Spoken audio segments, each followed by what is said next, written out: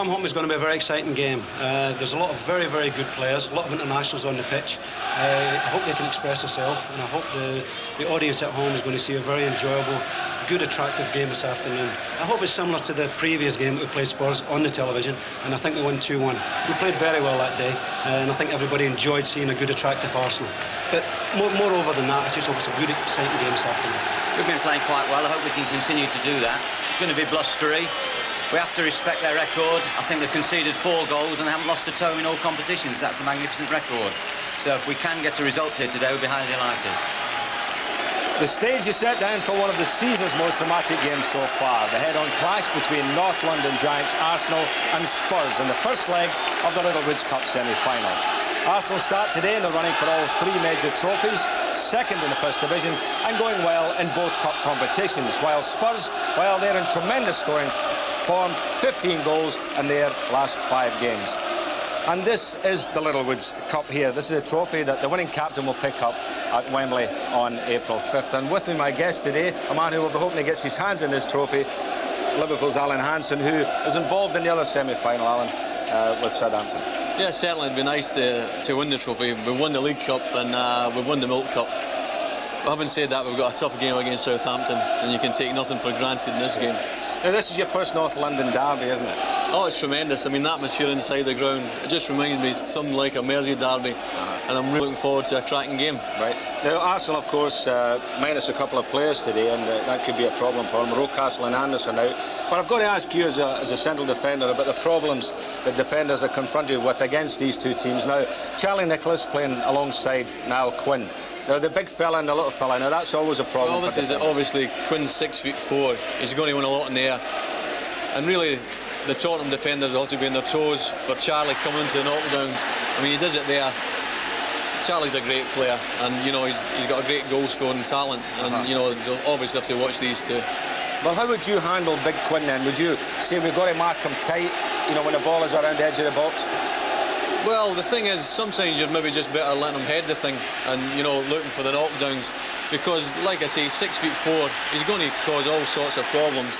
And, you know, there's no way you're going to get continuous clear headers off him. So I would say the rest of the defenders have got to be in toes to the knockdowns. Now, turning it now to Tottenham Hotspur, Clive Allen, very much in the news, 33 goals. Now, how would you handle him then?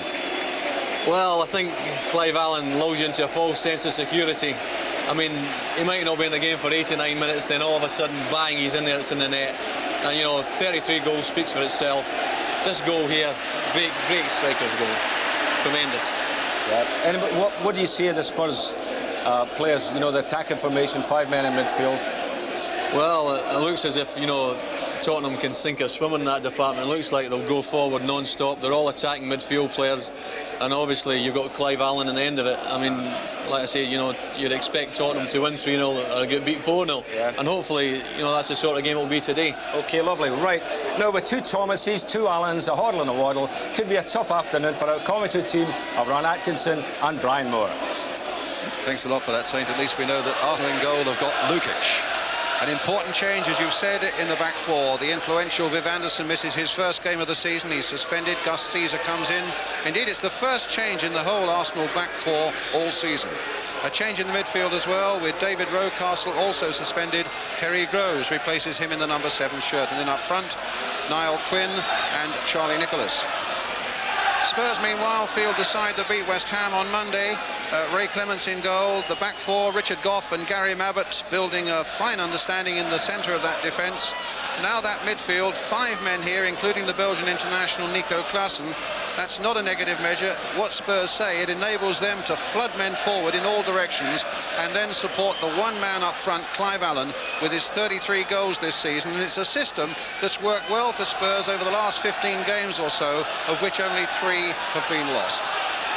Certainly an appetising battle today between 2 youngsters. It could be the key to it all. Here's Tony Adams, the splendid 20-year-old Arsenal defender who's being praised on all sides, seeking to subdue the man of the moment, Clive Allen, who indeed is seeking to break his duck against Arsenal. He's never scored against them. Referee today, it's John Martin, who comes from Alton in Hampshire.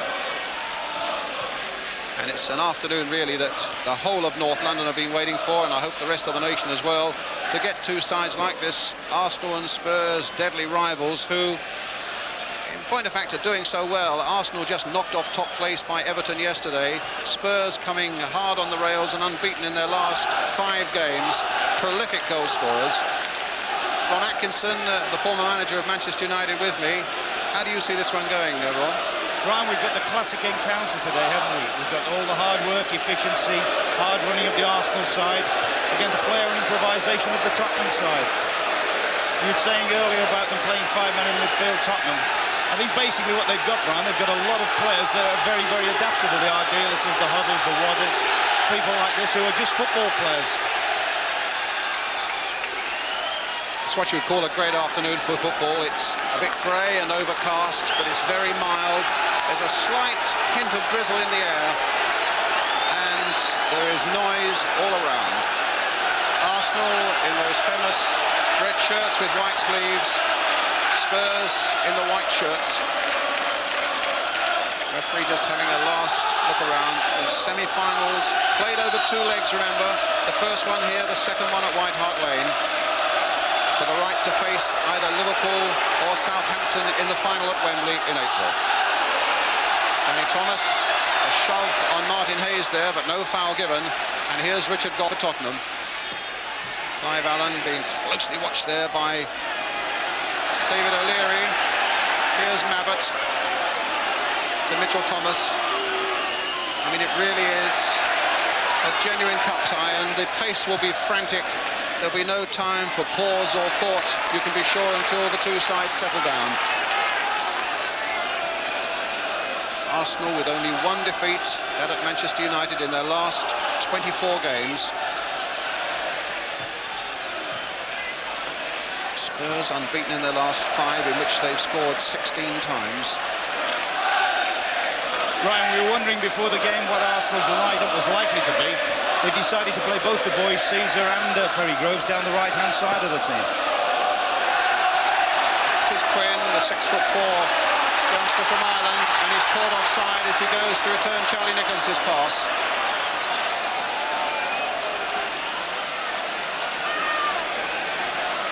Niall Quinn, who's scored 10 goals this season, the lad from Dublin.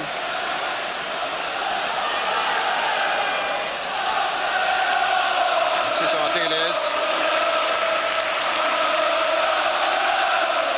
Paul Allen to Nico Klaassen. Danny Thomas. Ardiles. He's lifting it forward towards Klaassen. It was Sanson ducking in with the header. Goff playing it forward. Everything compressed for the moment. It seemed about 10 yards either side of the halfway line. Clive Allen, a long raking cross, and it was Waddle who headed it down, and O'Leary, who was delighted just to get it away for the corner. So the first pressure on the Arsenal defence as Spurs push people forward, including Richard Goff, including Gary Mabbott from the back. Glenn Hoddle taking the corner. Spurs put in a lot of practice on their corners yesterday, a deeper one this time. And in fact, surprisingly, Mabbott getting above Niall Quinn, but the ball going behind for the goal kick. That's Richard Goff.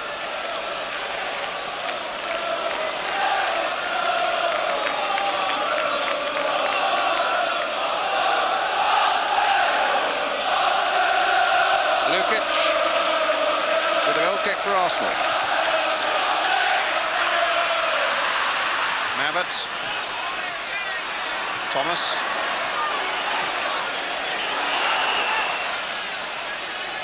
A foul there on the Arsenal player, I think by Mitchell Thomas. It's a free kick at any rate to Arsenal. Chance for them to shove men forward, including Gus Caesar, the right back, in today for Viv Anderson. David O'Leary, there's Caesar. David O'Leary aiming towards Niall Quinn, an obvious target, turning it down and in, and Spurs getting that one away. Paul Allen finding Klaassen. Out On a play, Arsenal's throw, John Atkinson. That is going to be a situation that Spurs are going to have to guard against. If they have a weakness at the back, Brian, in my view, it's they don't defend too well against big crosses. Certainly, Arsenal got the ideal fellow there, Big Quinn, to exploit those sort of situations. Now a break is on, and just wide from Martin Hayes.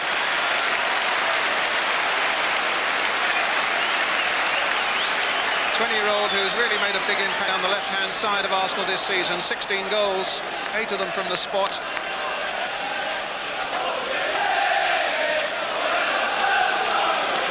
And Ray Clements, relieved indeed as the Spurs defence closed in to see that one go by.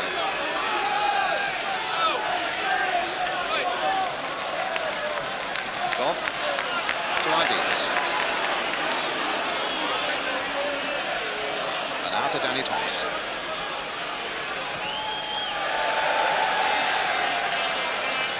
Picked off an Arsenal player, so it'll be another Tottenham throw.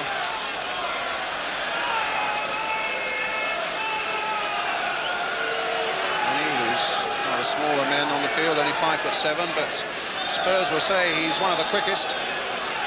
Ideas, touched on again by Paul Allen, done by Hodge. Paul Allen again, finding Waddle on the left. Mitchell Thomas coming up behind in support, but he's a law unto himself, Chris Waddle, and he's got a very good cross in. The Arsenal defenders lining up to get it away. Good positive play by Waddle there, Brian. Straight away he's established a little bit of a psychological thing with the young fullback. Only as far as Ardiles can orchestrate so much for little Argentine in the centre of the midfield for Tottenham. David Pleat was saying yesterday he's the one man in the side who can make others play. When he first came here, David Pleat felt that it might be the time for Ozzy to go. But he's been proved wrong by little Argentine himself. A foul on Groves, no it wasn't. Challenge by Hodge was said to be good by Free Martin, and here's Hodge, offside, no doubt about that one, against Clive Allen as the Arsenal back four came plunging forward. He's only played about a dozen games this season, Ardiles, but he has that feel for the big time that few other players have. 42 caps for his country, and now, as you can see, 34 years old. Quinn just keeping it in play, but with no profit. And the linesman flagging explicitly for an Arsenal throw, but it's clearly a Tottenham throw.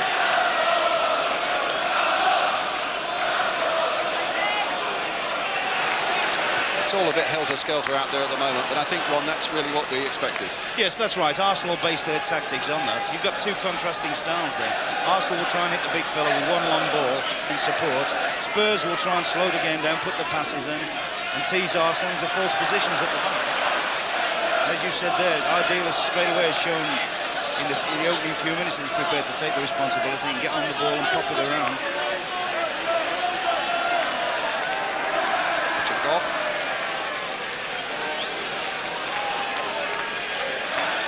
Tottenham.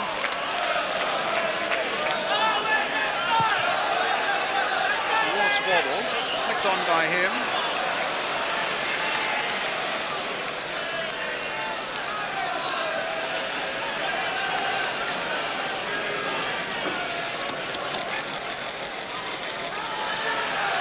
O'Leary with the free kick for Arsenal. A long one again, aiming towards Quinn, but Goff was aware of that danger, of course. On by Klassen for Hodge, whipped away again by Steve Williams. Hodge. Now battling. Good jump there by Hodge, winning it above Sanson. Adams wimping it away, and a foul there, giving Arsenal the free kick by Thomas on Hayes.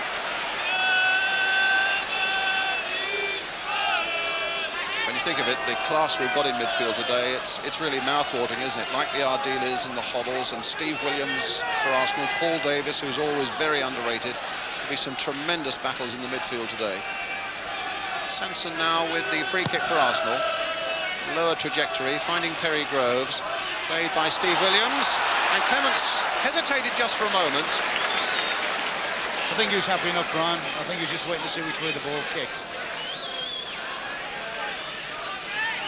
Goff flicking it wide for Thomas. 9 minutes gone if you've just joined us. No score in this North London derby, the first leg of the Littlewoods Cup semi-final. Arsenal 0, Tottenham 0. Idealis. Mabbott. Mitchell Thomas. Is up and offside. The referee has recognised it, but prefers that the game should continue. Here's Charlie Nicholas trying to get David O'Leary in on the far side, but the flag is up again. An unusual place for the big central defender to pop up, and it's the sort of place where Viv Anderson so often used to pop up, and I think the Spurs players feeling very much that Arsenal will miss Anderson today, that he hits Niall Quinn so well with his free kicks and is always such a nuisance in the opposing penalty area. Yes, I would have also thought with that as well, Brian, that would have been a little bit of a tactic. I know Waddle has a roving commission. It might have made sense early on for him to sit it wide on his left wing and try and get plenty of the ball and attack the young fella Caesar, just to try and test his confidence a little bit. There's Quinn again. And again. Sanson came off Klassen. Danny Thomas.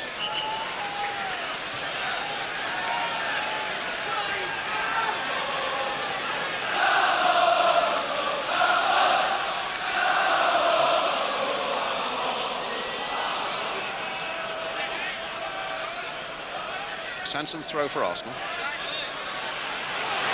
Somehow it finds its way through to Steve Williams. Here's Gus Caesar. Coming off Waddle.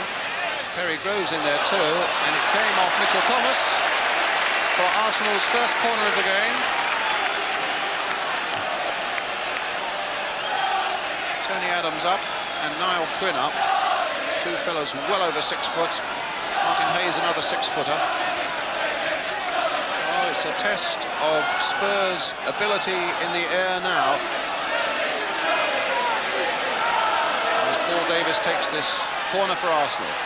It's Adams with a header, knocked back by Martin Hayes. And Hodge showing great coolness in getting it away. More than that, what a splendid ball for Klassen. Clive Allen waiting in the middle. Paul Allen coming up behind, and it ricochets off Sanson for a Tottenham corner. What a great break. I don't think you'll see a better pass than that all season. That was a magnificent piece of play from Hodge. If Paul Allen had have looked up as well, he would have seen Clive Allen pulling away on the back stick in an empty position. Magnificent ball from the England midfield player there.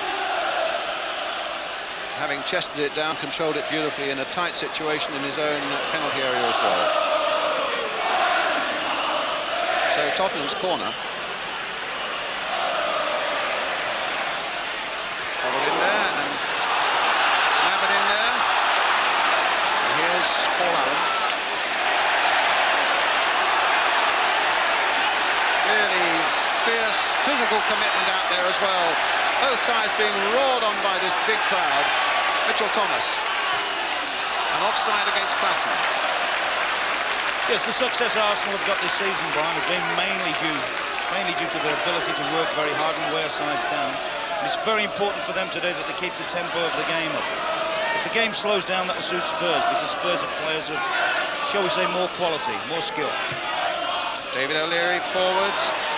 Richard Goff getting it with his head. Quinn back for some more of the action. Steve Williams pausing for a moment to see what might be available. Picks up Terry Groves. Good challenge by Mitchell Thomas for Tottenham, but another corner for Arsenal. Real crackle about it now. Still 0-0. There's Tony Adams again. 6'1". Again, he'll be one of the targets. Would you believe it's little Danny Thomas who gets it away, 5'7".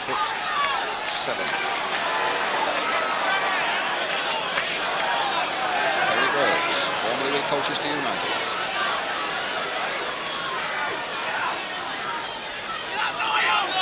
Aiming towards Quinn, that's a good long respectable throw too, but Spurs get it away to Klassen, who's really quick. But not quick enough to evade that challenge from Hayes.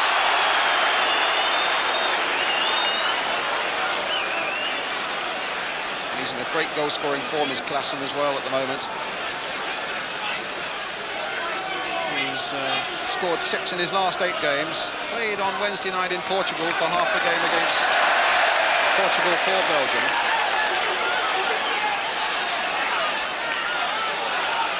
There he Groves' his throw. Comes off Mitchell Thomas to Quinn. Back for Groves again. Another Arsenal throw.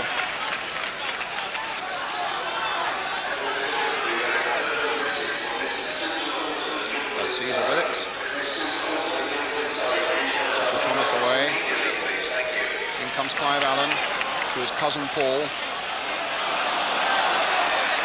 Good run by Allen. Thomas. Adilas.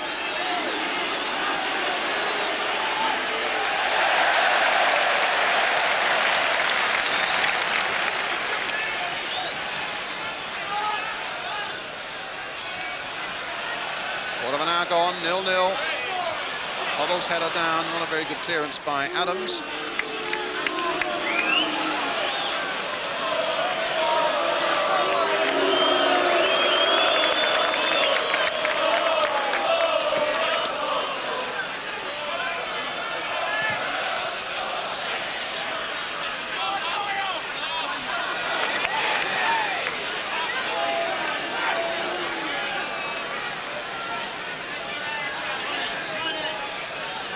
Thomas again for Tottenham.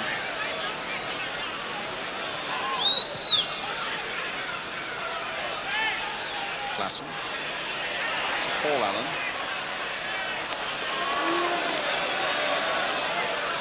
Arsenal back four being very disciplined at the moment, Ron Atkinson. Yes, that's forward and as a unit. That's been the strength of their side. I was just watching Nicky Klassen out there. I mean, he's played at all levels, World Cups and so forth.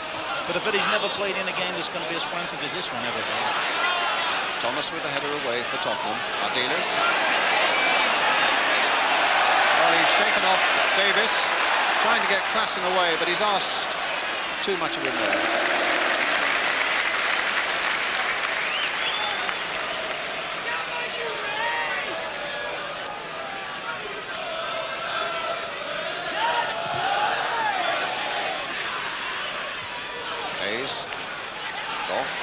Hayes again, Charlie Nicholas. Quinn brought down by Thomas. A free kick for Arsenal. Steve Williams might have a hand in this somewhere. Or a foot.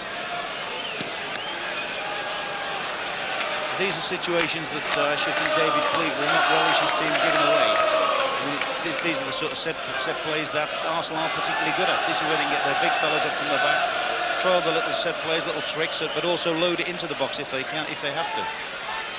Paul Davis is going to take it. Williams has drawn wide for a possible square pass. 2 men have come out of the wall just to add a bit of confusion to it all. Davis playing it in there, and it's Quinn's header that goes wide, and well wide too.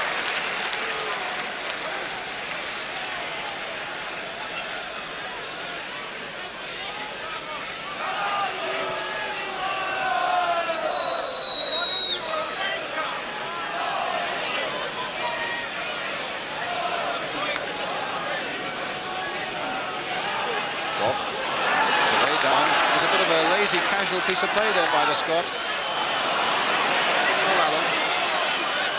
Busyness itself. And a nice little ball through for Hoddle. Returning the compliment as well. And the cousins returning compliments. The two Allens are now finding Waddle. Spurs rippling forward here. And Allen caught offside. Referee allowing the game to proceed once more. Danny Thomas. Scott by Hayes. Flattered to the floor by Thomas. So I think that last move of Spurs highlighted what they're good at. Everyone in the side, Brian's comfortable on the ball. The ball doesn't embarrass them at all. They can all pass and play. Now Now, can Perry Groves get hold of this one? Clements has saved, but the whistle had gone for the foul on Mitchell Thomas.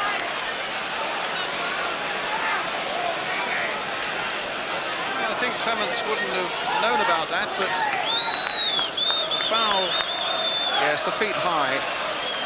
Groves was in, and Clements blocked it well. Stayed big there and made a good block on it.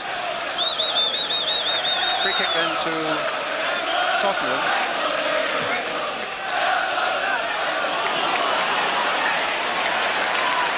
Tottenham throw.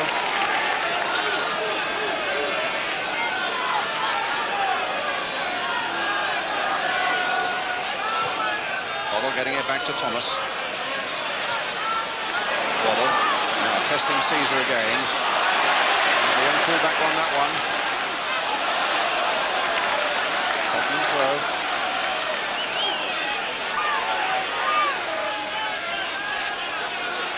Waddle. Hitting one wickedly across that 6-yard area from Chris Waddle.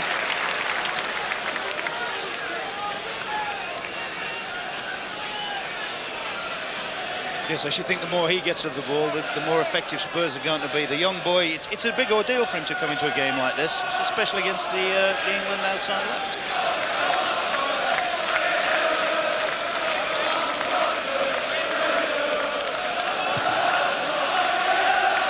20 minutes gone. As you can see, we await our first goal. Here's Gus Caesar. Mitchell Thomas, flicked on by Bob. O'Leary returning the compliment. Now Arsenal breaking from the midfield. It's Paul Davis, played back for Charlie Nicholas. Mabbutt got a half challenge in there, which held it up for a moment, and it was cleared by Goff. Caesar again, and that will be no problems to Tottenham. That's something Arsenal will try and do when they hit the big ball forward to the front men. People like Davis and Williams, they'll try and get past the Tottenham midfield, because Tottenham, with the possible exception of Paul Allen, haven't really got a defensive midfield player, have they?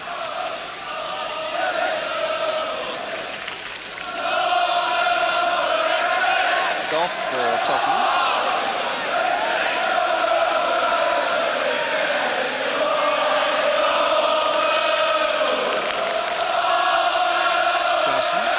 Thomas. Now Davis for Arsenal.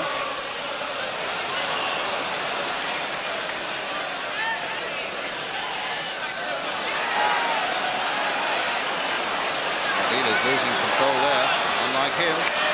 Paul Allen getting it back, finding Klassen, and now it's Spurs racing forward. And Adams selling a lovely dummy on Clive Allen and giving himself time and space to find Kenny Sansom. Mitchell Thomas with Paul Davis for Arsenal. Flowing from end to end this, and the pace is quite incredible.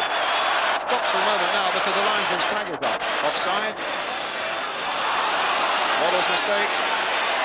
Then tries to, well, he seemed to physically assault Steve Williams there, but the referee again played an advantage, and in the end, none came to Arsenal.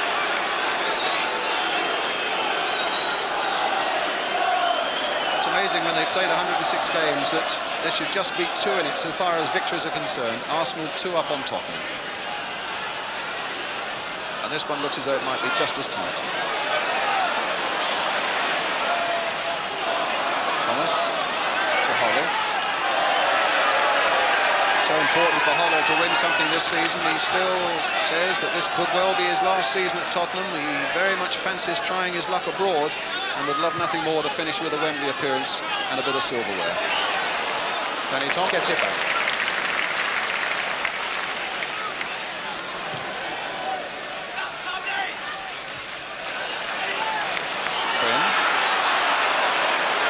Offside again. Dealers, no, not taken from the right place.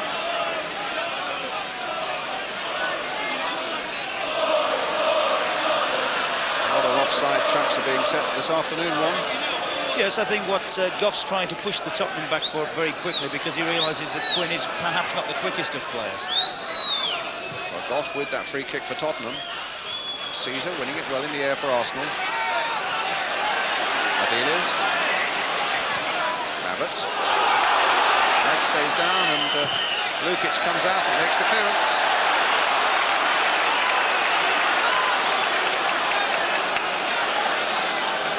Yes, I think you saw the right full-back's lack of experience there to get himself into a false position while the rest of his back four were trying to play the offside trap.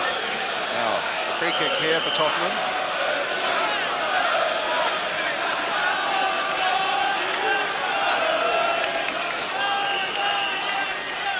Waddle curling it deep to the far post.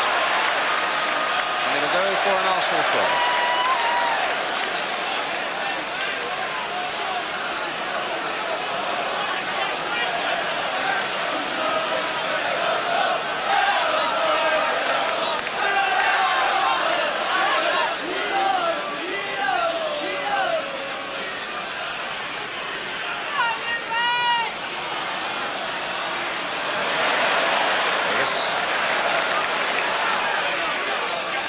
By Klassen. They're allowed to go on by referee Martin Quinn.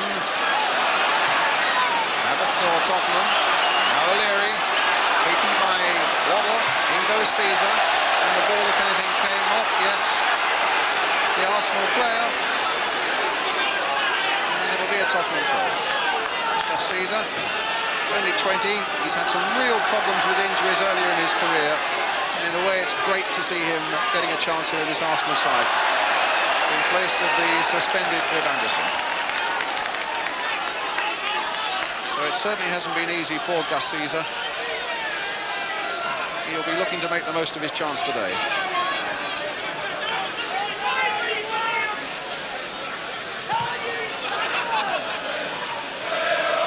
Quinn. Thomas.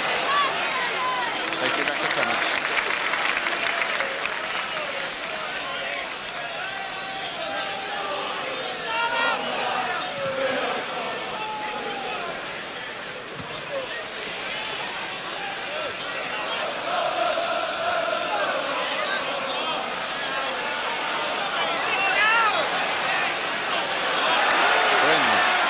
Paul Allen. Williams. Offside against Groves.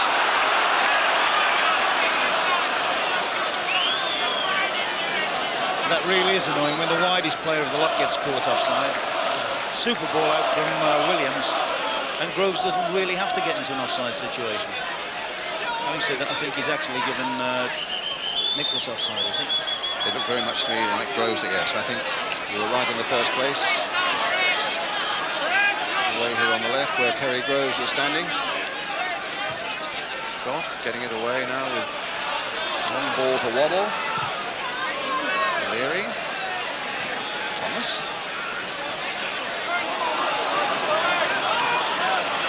Tony Adams. Cut out again by Danny Thomas. It's Klassen. Thomas.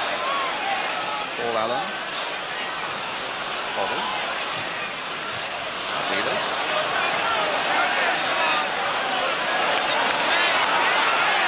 And now Martin Hayes for Arsenal. Well, he's got past Ardiles. He's got past them all.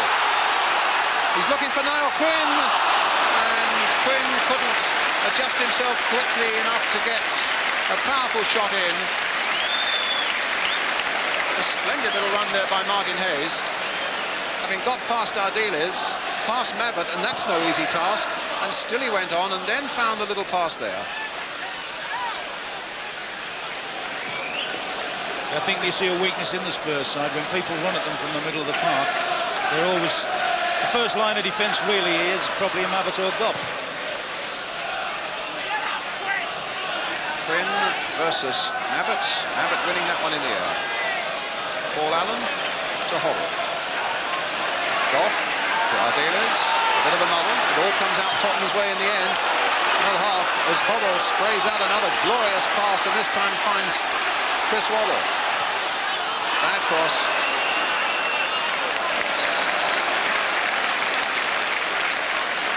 I think the young lad Perry Groves has twigged on as well there that his mate at full-back's in a little bit of bother. And that's the first time he's raced back to try and double him up, Ryan, and I think he's going to have to do that an awful lot this afternoon. Mabbutt versus Quinn again. Falls Quinn's way this time. Perry Groves challenged firmly by Mitchell Thomas. Former Luton Town player. A youth opportunities lad in the first place, taken on by David Pleat when he was manager of Luton Town. They claimed there was a foul there, but it looked to me as though Groves was making rather a meal of it.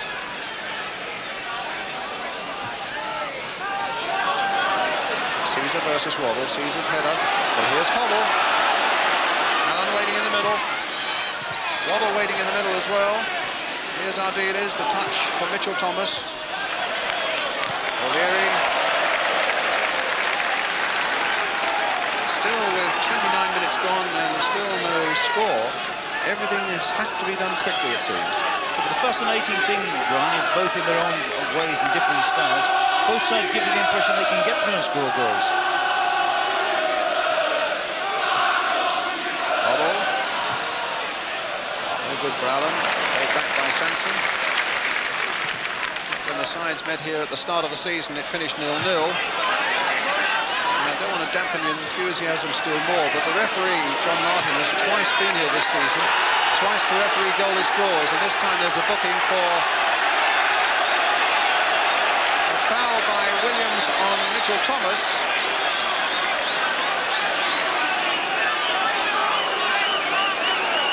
So Williams goes into the book. Here we go again, Ron Atkinson. Yeah, it's a tendency of Steve Williams sometimes that he just tends to lift his foot a little bit high. You think he'd have learnt, actually, from what's happened to Anderson and Newcastle, the fact they've had to miss this, probably the most important game Arsenal have had for about 4 or 5 years. Ardiles with the resultant free kick. Davis getting above Hoddle.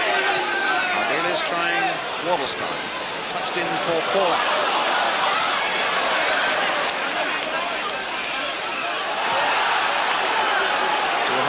Thomas really to get a header in, and it falls for Steve Williams, and now for Paul Davis, and here come Arsenal with Martin Hayes on the far side, stopped by Danny Thomas.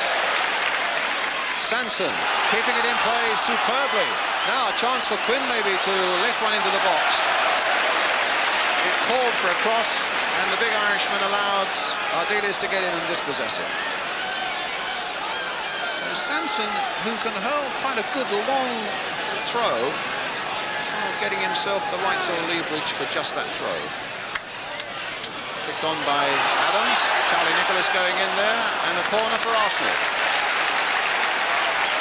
There's no question, I know you were saying earlier that David Pleat is a little bit not happy about Niall Quinn. He's certainly put himself about, he's causing them problems.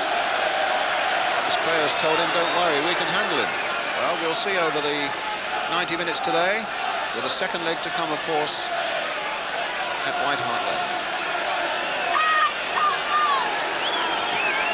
And a floating in, and it was necessary for Clements in a heat down there to get his fist to that one. Steve Williams with another tantalising corner towards that Tottenham near post. See what he does this time. Same again. They're all climbing in there. And in the end, well, that might have gone anywhere. Caesar had a mighty swipe at it, and it was ricocheted off the line. Out of play. Mitchell Thomas couldn't keep it in. Arsenal's throw. Well, that's the closest we've come to a goal yet. Yeah, the interesting thing here, you see, is the first time Adams hasn't cleared the near post. Every corner they've had, he's took up his position at the near post, Brian. Cleared it, and to allow space for Quinn to come into. On that particular one, he stood his ground and got the little nick on. So a worrying moment there for Ray Clements.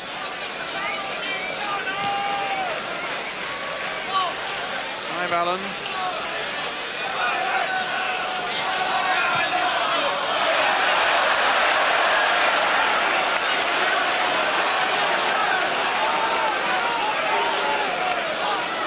Caesar with the throw for Arsenal. And another throw. This time Steve Williams taking it. Roberts. And another throw.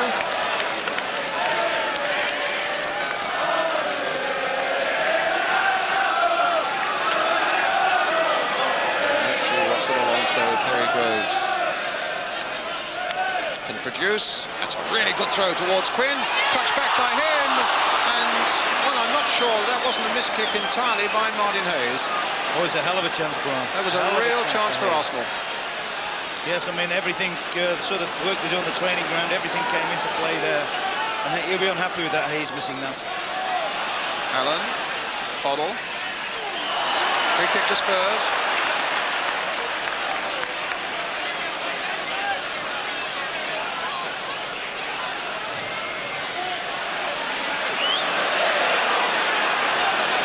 And the Spurs players complaining about something that Steve Williams did while they were trying to get that free kick underway.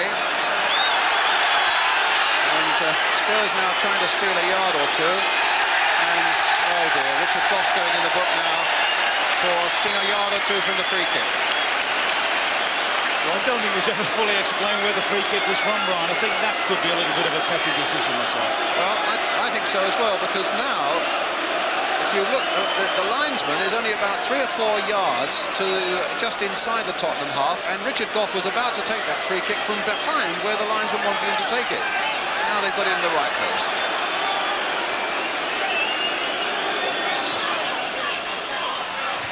Groves. Well, Nicholas hesitated for a moment. In came Danny Thomas. 10 minutes of the first half remaining. Still Arsenal 0, Tottenham 0. In this Littlewoods Cup semi-final first leg. As I said at the onset, you've got the two contrasting styles, and an awful lot of people don't like the sort of style which is, for use of another word, the percentage football, Brian, just loading it into the box, but the way Arsenal do to a certain extent, but it's very, very difficult to play against. Well, it's difficult to play against a challenge like that. Caesar on Mitchell Thomas. And the referee now, is that another name? I mean, a good competitive game, if we have much more of it, can get out of hand if there are too many names, but it looks as though it's telling off and nothing else. It's a free kick for Tottenham. I think that's frustration more than anything else, because Waddle's teased him in a few times, and he's probably so desperate now to get at the ball that he's overcommitted himself there. Ardila is having a word with the referee about the Arsenal 2 players being back 10 yards, which incensed Steve Williams in turn.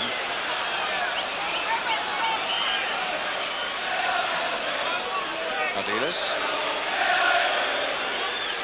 Waddle. Chance to get across in here. That's a good dummy on Perry Groves, but Caesar was back there. Ardiles again. That looked like an obstruction on Ardiles, and the referee is saying play on. Here's Ardiles again. Here's Hoddle. Touch for Ardiles. Clive Allen. Now Thomas. And an offside.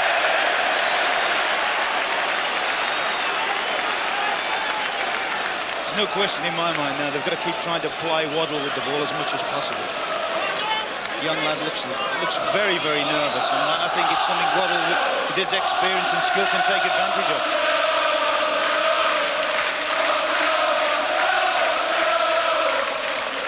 Sanson lifting it towards Quinn. Thomas the first to react there for Tottenham. Arsenal's throw.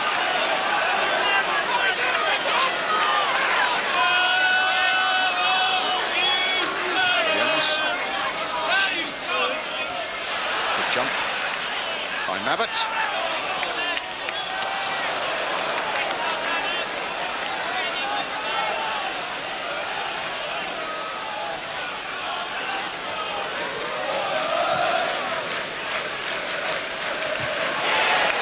To half-time, still 0-0.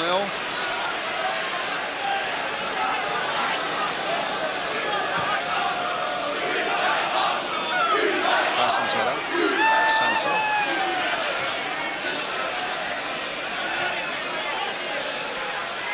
Bobble. Nico Klaassen. Now for Clive Allen. Oh, great shot. Right, I'm just sitting here thinking to myself, Clive Allen hasn't had a chance, and yet, you know, he only needs one, and there you see it happen. I mean, actually, he was a little bit selfish, Brian. brilliant effort, brilliant shot. If you'd have looked left, Waddle's completely unmarked with an empty net. But out of it all, Lukic must have just got a touch to it. For all that, Brian, that's a fellow that believes he can't miss. 33 goals in 31 matches.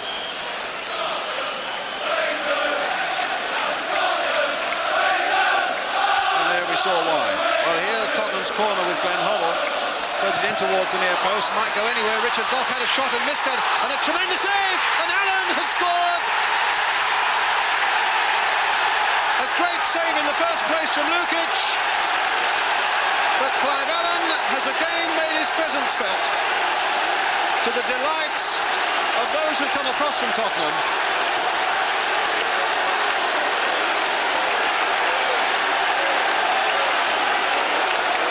A ricocheting there, a shot from Mabbutt, I think it was, that was superbly saved by Lukic, but Allen finished it off. That's why goalkeepers are worth their weight in gold, Brian. Look at that magnificent finish on that. Clive Allen, 39 minutes, goal 34 of the season. Chasing, remember, that Jimmy Greaves record of 43 scored in a season for Tottenham 24 years ago. Although I must say, Clive is a modest enough young man to say, well, he played far fewer games that season than I'm likely to play this season. So I'm sure Jim is watching somewhere, or will hear about it, and knows that the record is ever more in danger now. Now, listen, what a great break then for Tottenham. Didn't come through to Hoddle.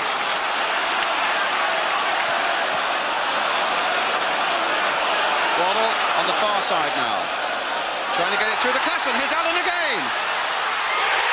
Oh, and he's missed it. Infinitely more simple than the one before. And he's fallible. Well, you'd have bet your mortgage on that, wouldn't you? Once again, you saw the nerves of the young fullback. You couldn't see any way that that fellow was ever going to miss from there. Just shows he's human. There's his amazing record. 266 games to 138 goals. And having what he says is his best spell ever. Although he was quick to remind me that he did score 30 in the season in his days back at Queen's Park Rangers. Now Sanson for Arsenal, with work to be done for them. Charlie Nicholas might be able to do it. They claim handball as the ball ricocheted onto a Tottenham hand, but the referee said no. And Arsenal get a corner.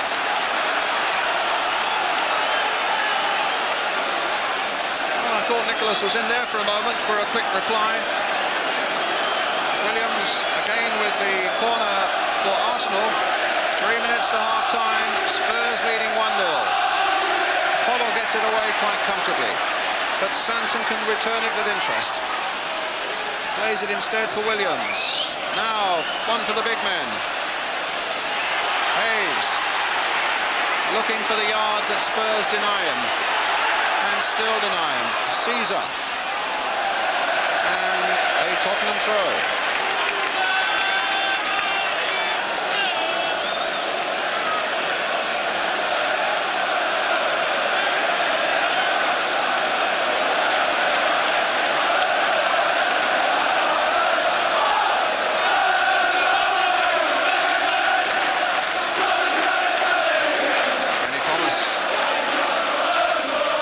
Superb piece of finishing for the goal by Clive Allen.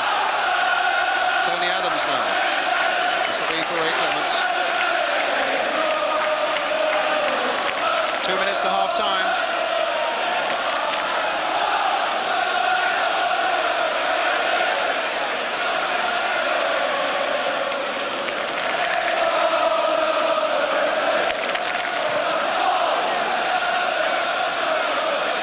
Caesar just getting a touch with the head, and so did Perry Groves. Thomas to Waddle.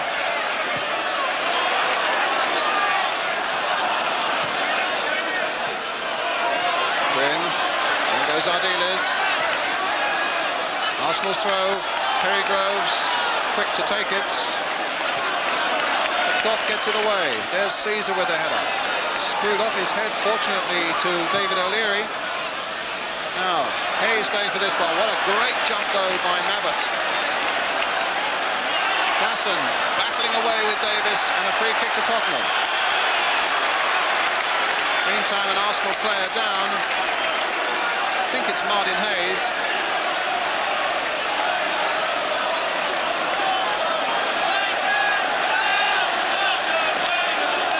Holding his rib cage by the look of it.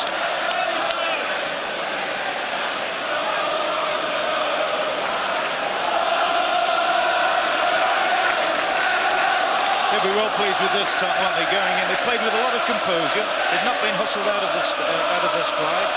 They've played the game at their own pace.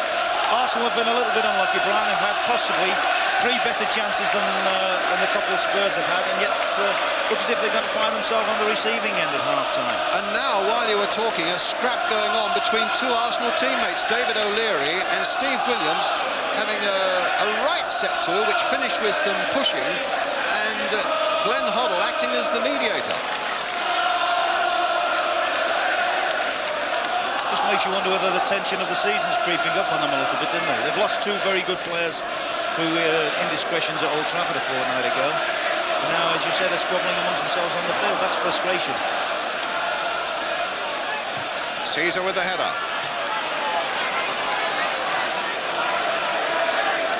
Richard Thomas with Tottenham's throw. Right on half-time now. Martin Hayes okay, incidentally. David O'Leary with the header for Arsenal. Tony Adams with one. In goes Danny Thomas, and he finds Klassen with it. Scored a tremendous opening goal against West Ham in the quarter-final replay on Monday night. Paul Allen. Oh, luck went his way, and he found Klassen. There's some good shadowing there by Tony Adams. And a free kick for Arsenal, the foul by Klassen on Sansom. As the old-time journalists used to say, tempers became frayed. There's a lot at stake, and there's a fever pitch atmosphere here at Highbury today. And Spurs are leading by a goal to nil.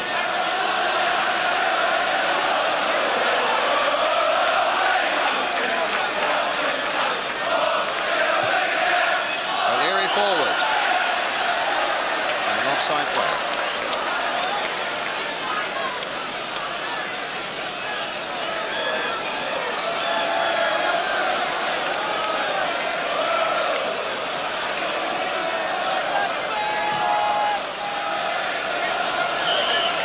Half-time whistle, and a very good first half indeed for Tottenham, thanks to that strike by Clive Allen, which gives them an interval lead. His 34th goal of the season.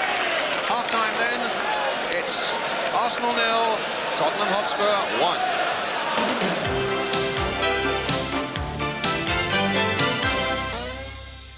1. Within the Arsenal camp, a bit of debate about Clive Allen's goal possibly being offside. Yeah, the shot was good, we thought at the time, but the parry, I thought he was already in there. I've only seen it once on the television, but it looked that way anyway. How do you see things changing in the second half? It's a local derby, anything could happen. You know, you need a bit of luck in front of goal, which we haven't had in the first half. We just hope we can have it in the second. And do you think any signs, I think Ron Atkinson mentioned, signs of tension within the Arsenal players, perhaps because you had the defeat at Man United and things not going too well today? No, not so much that. The emphasis on us to win at home, and we've got to come out in the second half and try and get something, salvage something from the game. Obviously, if we get another goal and go back to White Hart Lane with 1 each, it's a different game again. Causing them 1 or 2 problems in the air, though, in the middle of their defence. I think Niall's doing very, very well. He's done very well all season, and I just hope he can continue it the rest of the season. Any idea what George Graham might be saying in that dressing room at the moment? I wouldn't like to say, Jim, to tell you the truth. I just hope we come out second half and we try and get something from the game. And I think we will. Liv, thanks very much for joining us, and let's rejoin our match commentator. That's Brian Moore. Thanks, Viv. Thank you, Jim. The sun's beginning to come out here now. It's a very pleasant afternoon here in North London as Arsenal come out for the second half. Your feelings, Ron Atkinson, the way things might be adjusted and made to change in the second half? I think Arsenal will be trying to give Quinn a better service. In the course of the first half, they haven't really produced a cross from a deep position. And I think if I was George Graham, I'd be asking Perry Groves to stay a bit wider, try and stretch the Tottenham back four, and maybe supply more ammunition for Quinn, who is, after all, their main source of attack. They seem to focus everything around him, but basically they've been hitting balls from the back to him instead of hitting them from wide positions into him. Spurs come out then for the second half, knowing that Arsenal, in fact, unbeaten here this season at Highbury. And in fact, I think, to be fair, both sides playing. I know Ian and Alan weren't terribly impressed with the quality of the football in the first half. I don't think you entirely agree with that, though. No, I think at times, I mean, you know what to expect with Arsenal. That's their way of playing. And it's stood them in good stead for this season.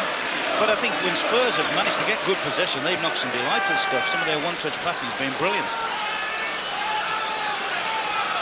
Well, it'll be Spurs who get the second half underway.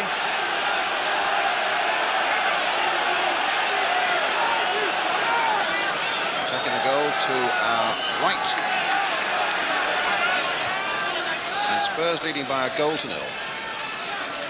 Arsenal unbeaten here at home, and until today, in point of fact, have conceded only 6 goals here at Highbury in 18 matches this season. Clive Allen well offside. But a great moment for Clive Allen in 39 minutes, when he had a little spell actually as an Arsenal player, but never actually played for them, when he moved from Queen's Park Rangers and then he went on to Crystal Palace in exchange for the man who's on the ball at the moment, Kenny Sanson.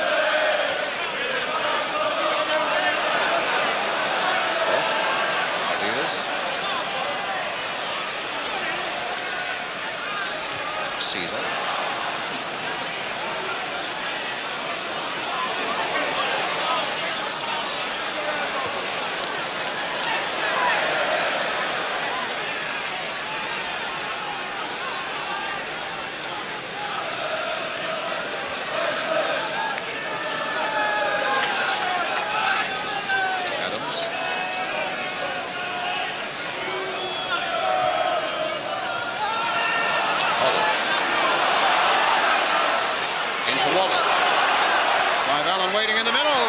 Sanson doing a good defending job for Arsenal at the expense of a corner. Hodge will take it. Abbott, who's already good in the first half, but he gets up so well. Great header of the ball. He and Richard Gough have come up from the back for Tottenham. In fact, it's Adams who got it away, not quite as he would have wanted. It goes straight back to Hodge again. Lifting another delicate cross in, this time Lukic, using his 6'4" well.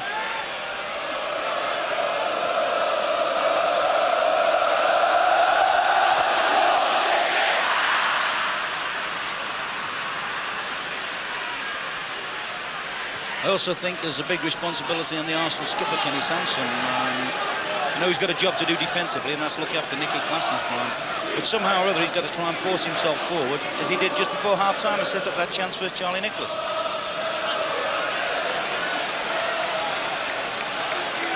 Thomas. And a foul on the Spurs defender. I think they're fearful of Klassen's pace, though, aren't they? Yes, I would accept that, but somehow or other, it's the first leg, they're playing at home. They've got, as Alan Hansen said, they've got to try and get to White Hart Lane, at least on terms. Offside flag is up on this side.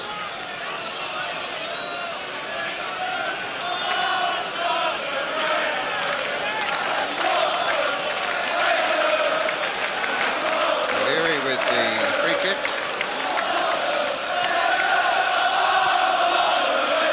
A real high float of that one. Quinn on the end of it, but it's now for Davis. And a very weak shot.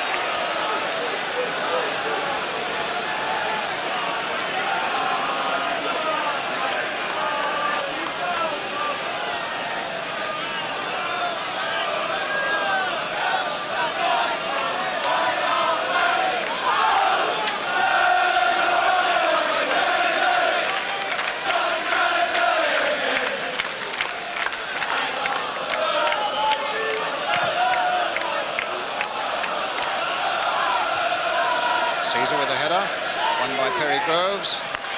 And goes Steve Williams. It's a throw for Tottenham.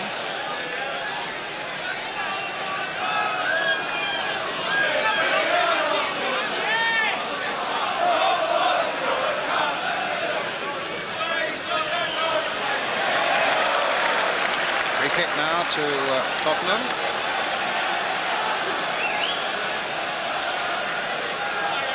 After the fury of the first half, a much more lethargic start it seems to the second. Let's see what comes now from this free kick. There's Waddle and Hobble.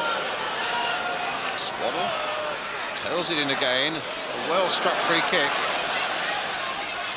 And the goal kick. That's right, Brian. It does seem to be a little bit of a very ordinary atmosphere for a semi-final now, and that'll suit Spurs. Spurs are in the driving seat. They're prepared. They'll be quite happy to go back at 1-0, knock the ball about, and maybe set themselves up and score another one. Arsenal, I feel, have got to play at a higher tempo. They've got to press the game a lot more and try and pressurise Tottenham into mistakes.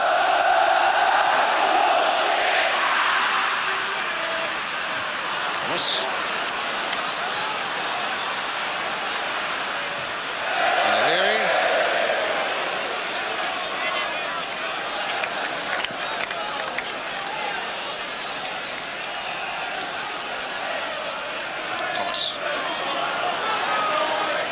And a goal kick.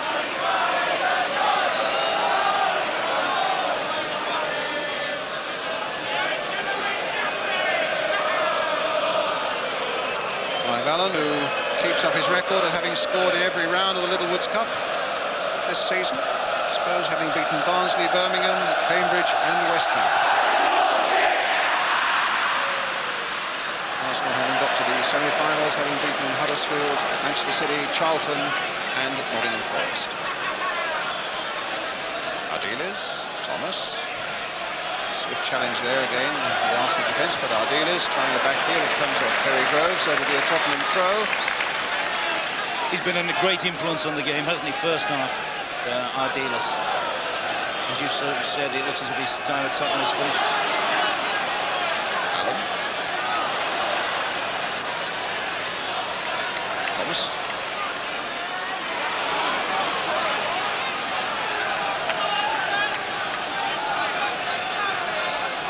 With Steve Hodge cup-tied, of course, Ardiles' contribution becomes even greater for Tottenham. But here's Paul Allen.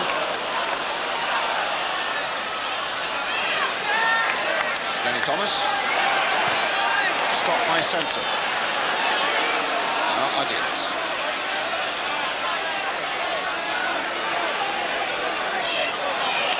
Thomas. Comes for Paul Allen. Moving towards Clive Allen.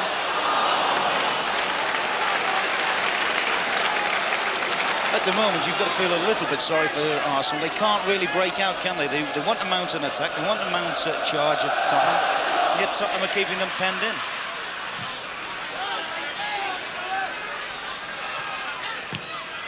Sanson playing it towards Quinn. It's Clive Allen. Mitchell Thomas.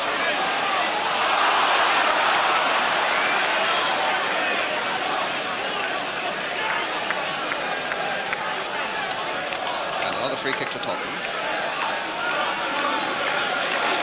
Chipped off with it.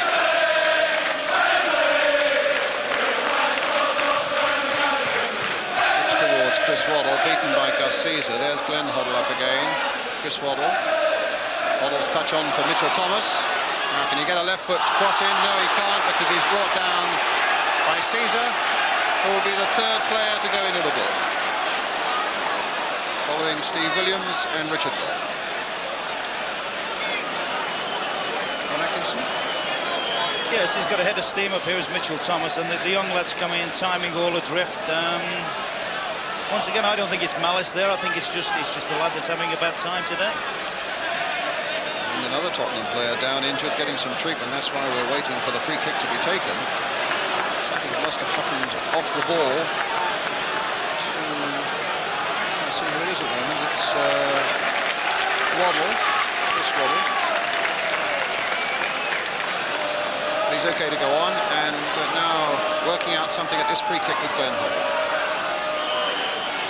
Goff is poised, so is Paul Allen. Abbott is in there too. Driven it this time into the side netting by Hoddle.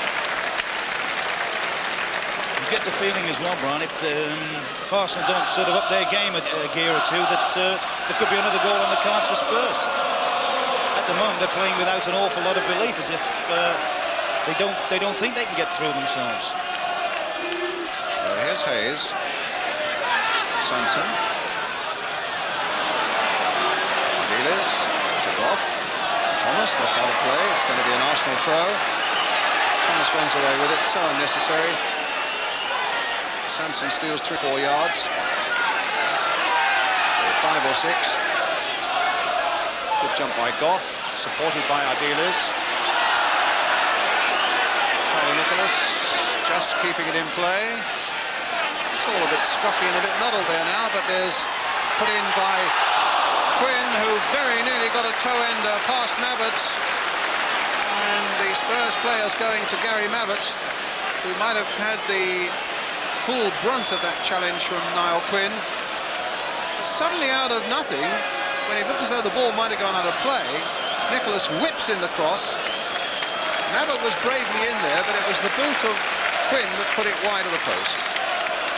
Yeah, that's only about the second glimpse we've seen Charlie Nicholas in the game, isn't it?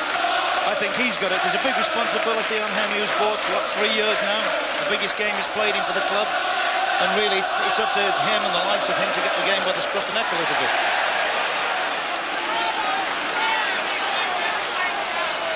So with a little over 10 minutes gone, Arsenal 0, Tottenham 1 if you just joined us. Clive Allen the scorer after 39 minutes. Now Paul Davis. O'Leary to Adams. Adams, who scored when Arsenal won 2-1 at White Hart Lane in the league early in January.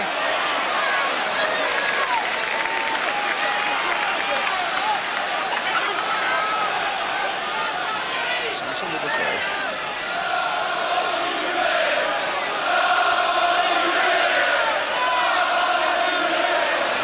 Arsenal at the moment finding it very difficult to work up ahead of steam and offer any threat at all, a serious threat to the Tottenham defence.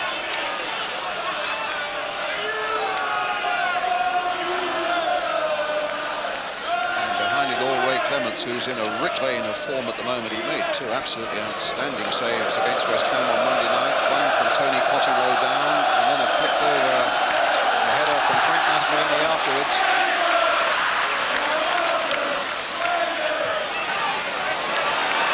Groves. Caesar.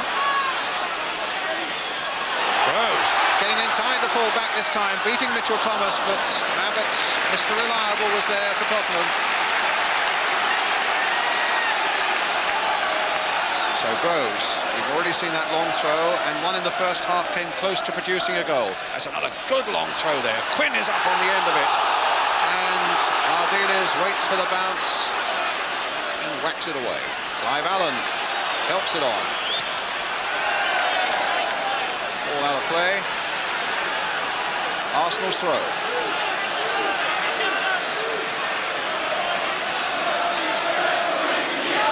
And it'll be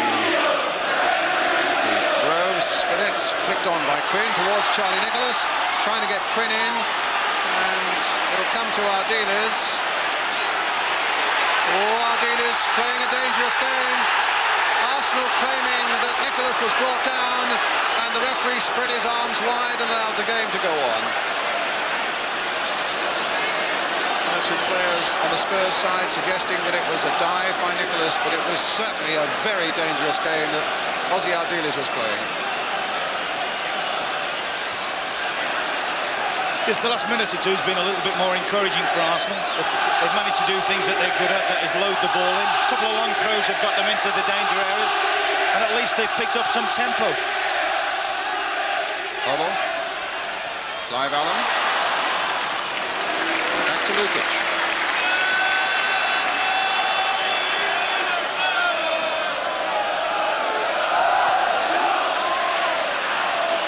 Mabbott getting there first.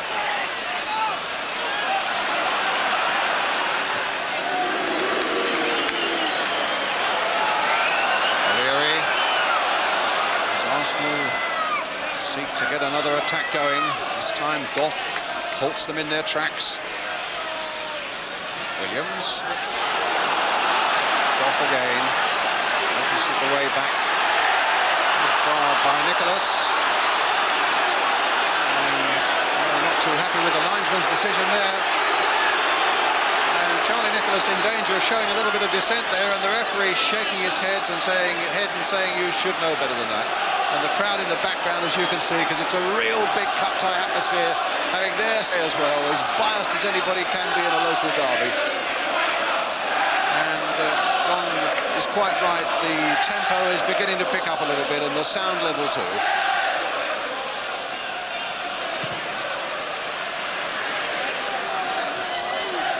Caesar, stopped by Waddle. Now here's Hodge. Curled into an offside, Clive Allen. Yes, cheer the Tottenham fans, but it's disallowed. Well offside. Mile offside. What a beautiful ball of Hoddle's again. This system that they play with so many fluid midfield players means that Hoddle, Brian, he doesn't really have to concentrate defensively, does he? Which enables him just to float more or less where he likes, and I think you see a greater benefit from him when he's allowed to do that. Davis now for Arsenal. Hayes. Davis. Now can they open up something here? Mitchell Thomas there, getting it away for Tottenham. Only as far as Steve Williams, played wide for Gus Caesar. In goes Mitchell Thomas again, and away come Tottenham with Chris Waddle.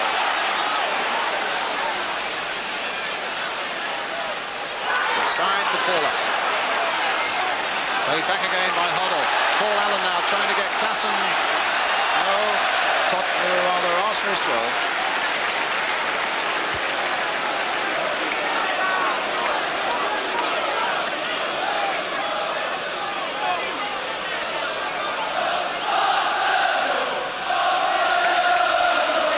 Davis, Williams.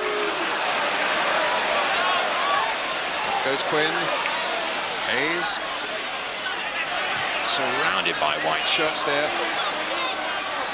Out of play for an Arsenal throw.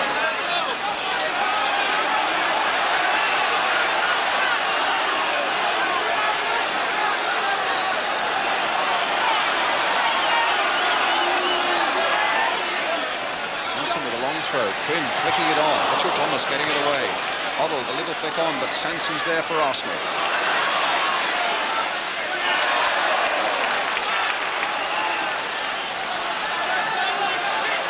Sanson throw again. A long one. Paul Davis getting in behind them. Well, they nearly outwitted Tottenham there. The inquest that's going on in that Tottenham defence now is something to see.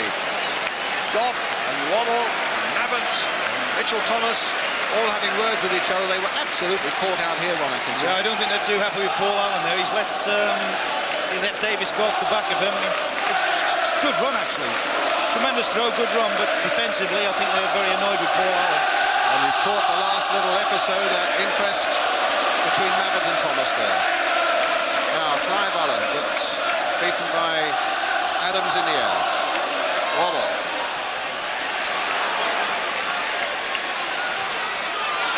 Flag stays down. Clive Allen's onside, but can he collect? Now the flag is up. I think Clive Allen, if anything, hesitated for a moment, thinking he was offside. He was definitely offside, Brian. Flag stayed down. Yep.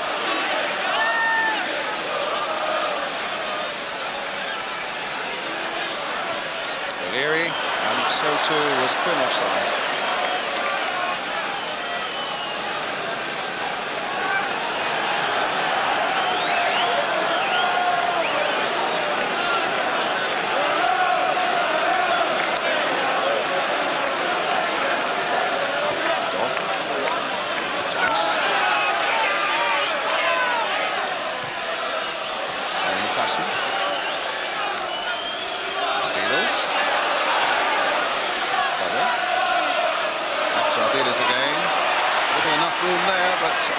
Was back in the covering, trying to make amends, and the ball came his way again.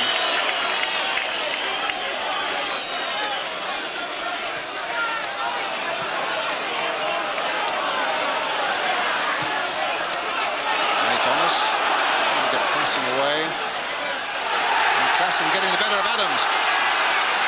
Now, here's Waddle on the far side. Good work by Lukic. Splendid goalkeeping there by the big man in the Arsenal goal. Great football all the way around. Claessens has done well here. Super ball in, got his head up, picked his man out. First touch wasn't bad, but brilliant, brilliant brave keeping. Tottenham's corner. Hoddle with it.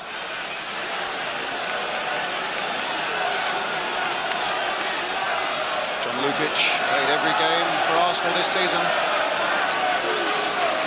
Hoddle with the corner. Goff up there with a header. And Lukic again getting above Claessen. Craig, I think, was up in any case. For a shove by Goff.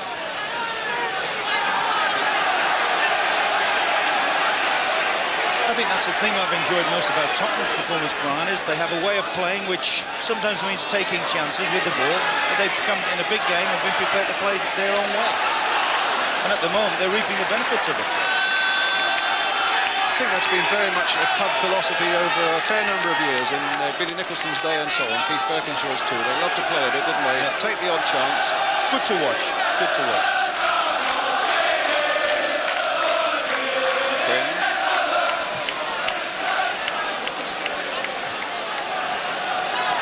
Having said that, you have to stand back and admire the way Arsenal have pulled themselves together and made such a strong challenge on the First Division this season with a lot of discipline.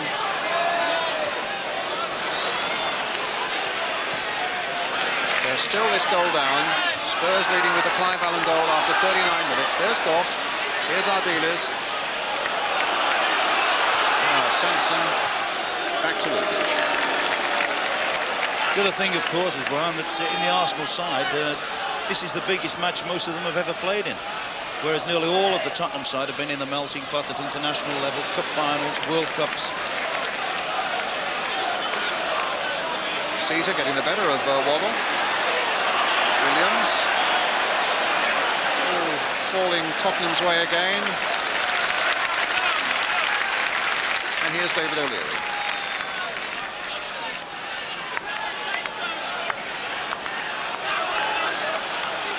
Tony Adams.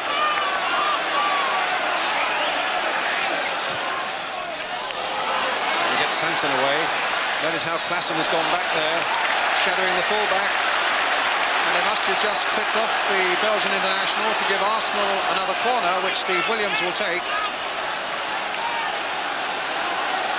Again, the threat will come from Hayes, from Adams, and naturally enough from Niall Quinn. But there are other men in there too, as Williams now seeks to find one of them.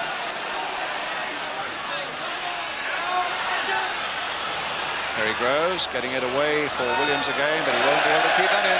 Tottenham's throw. Halfway through the second half.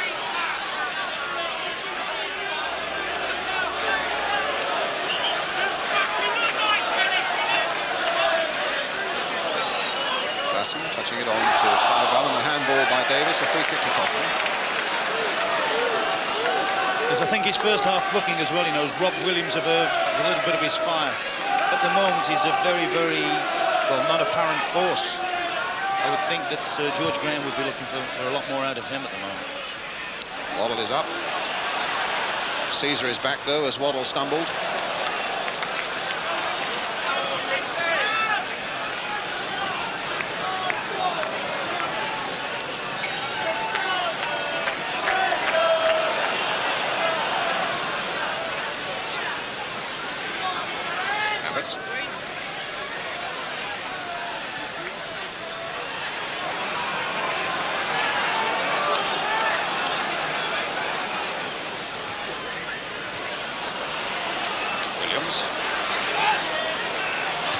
Cut out by Goff. Sanson. Oh, good break here by Terry Groves. Can Clemens get there first? Oh, deliberate handball by Niall Quinn there. The referee going on him. It's a time sometimes when referees book people for a deliberate handball, but I think it's a little harsh then. He worries me, I must say. If I've been a Tottenham manager, a number of times I've seen Richard Goff play that sort of lazy ball across to the fullback. It comes off. Here's Ardiles. Paul Allen. Clive Allen. Caesar breaking in.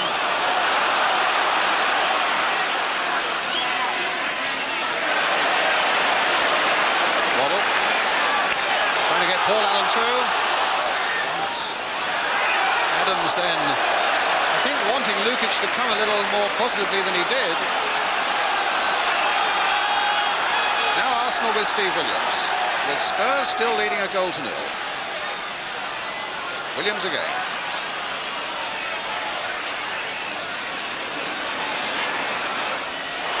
It's a nice ball there by O'Leary for Perry Groves. And they get round Ardiles. There's your answer. But it's a corner for Arsenal. What is Ardiles now? 34, Brian. He shows great enthusiasm. And for me, if anything, he's actually added an aggressive side to his game over the last few matches. 34 years old. Arsenal's corner floated in. And a safe gather and a good gather under a lot of pressure from Raikkonen. He's 4 years older than Ozzy Ardiles, 38.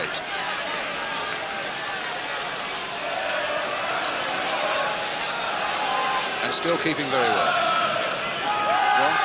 Still keeping very well. Oh, very well.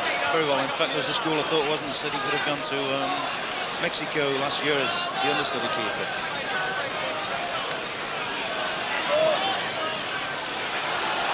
Cut out by Mabbott. Caesar playing it in towards Quinn. And Goff jumping well twice there to give a bit of breathing space to that Spurs defence. But another throw for Arsenal and another opportunity for Groves to throw a long ball into that Spurs penalty area.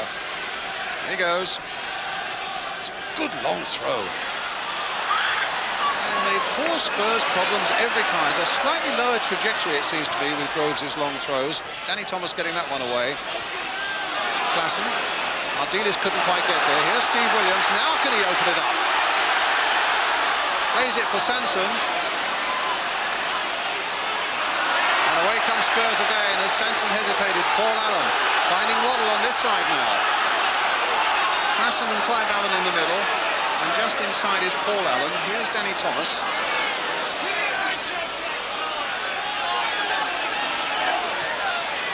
Waddle. Good run. Adams with him. Thomas. Paul Allen. Klassen. Turning well. Looking to get maybe to that byline. Whipping his cross in. And Holland is there! Well, a near fatal hesitation there again in that Arsenal defence. Caesar and Groves having words with each other. As Klassen whips in a good cross here. Just look at the hesitation there amongst the Arsenal defenders. Waiting and looking, and there's Hoddle. Knowing Glenn Hoddle, Brown, I think he'll have felt he should have scored there with his skill. But you can sense that Tottenham feel they can kill this high head.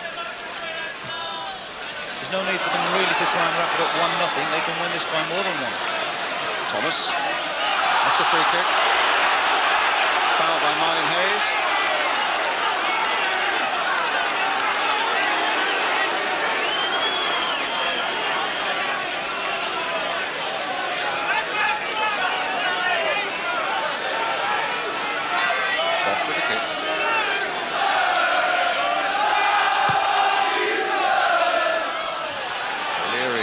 From the pack to make the header.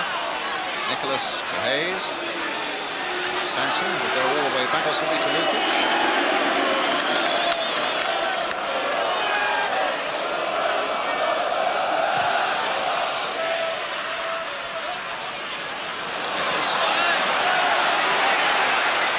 Groves, bit of space.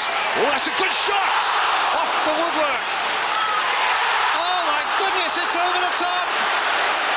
And they're holding their heads in anguish, but the flag was up for that last one. I imagine Paul Davis offside. But the Perry Groves shot, I think probably a relieved young Arsenal player, because he was offside. He would have dreaded to have thought that he'd missed that one and that it might have counted. Charlie Nicholas playing a good ball there, well struck there by Perry Groves, beating Clements off the post. I think Ray Clements actually thought he was going well over at first. Dipped suddenly. And offside there. Yeah, let off for the lad, yeah. He wouldn't have slept if that had been allowed. Great shot by Perry Groves, though.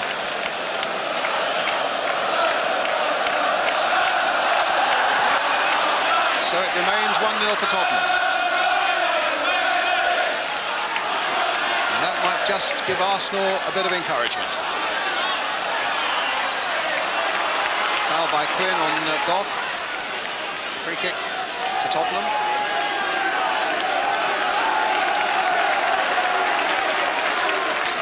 I think there's soon to be an Arsenal substitution. Graham Ricks warming up in the tunnel.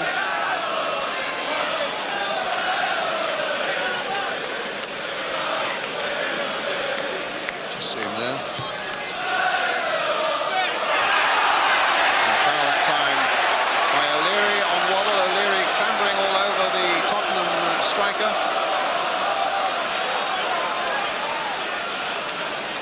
So corner left. Spurs leading by a goal to nil. Some anxious faces in that Arsenal wall. 3 men, look at that. I wonder what's going on there. Deciding just which of the various variations they've tried on the training ground. Nico Klassen is coming in with a few Belgian words. He's beginning to speak English quite well, in fact. Hodge. Oh! Also just clipping the woodwork there. That was some shot, Brian, wasn't it? I must admit, I didn't really think he was going to try from that distance, but a hell of a shot. And a substitution about to be made, and Charlie Nicholas is going off. The number 10 says Charlie has to go. Well, he's not had one of his most sparkling days. No, he's been virtually non-existent, hasn't he? So I think what they'll push, it looks as if they'll probably push Hayes up the middle there, or will they push Groves in there and pull Ricks into his natural left side from the field position? Yes, they'll put Hayes across there into the centre and leave Ricks away on the left-hand side here.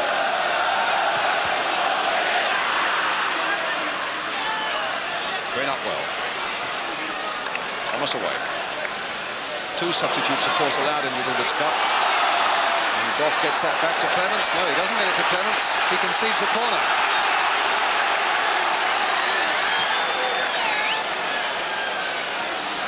So Paul Davis with the corner for Arsenal. David O'Leary at the near post. Looking for the little flick on, and Hoddle's with him, but it'll go deeper than that, towards Adams. And the Spurs defenders lining up to get it away. It was Maverick with a hefty boot away. Sanson gets it back to Lukic. Spurs have actually done that brilliantly. When they haven't won the first header in defensive situations, they've always managed to make sure that they've picked up the most of the drop balls. Groves now. Operating a little down the left. That's a foul by Danny Thomas. That's a free kick to Arsenal.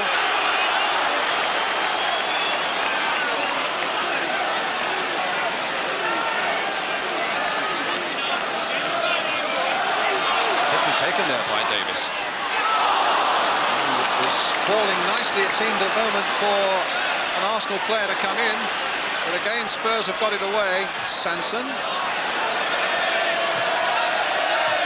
the ball out of play, and Spurs about to make a substitution. Tony Galvin, yes, Tony Galvin there stripping off.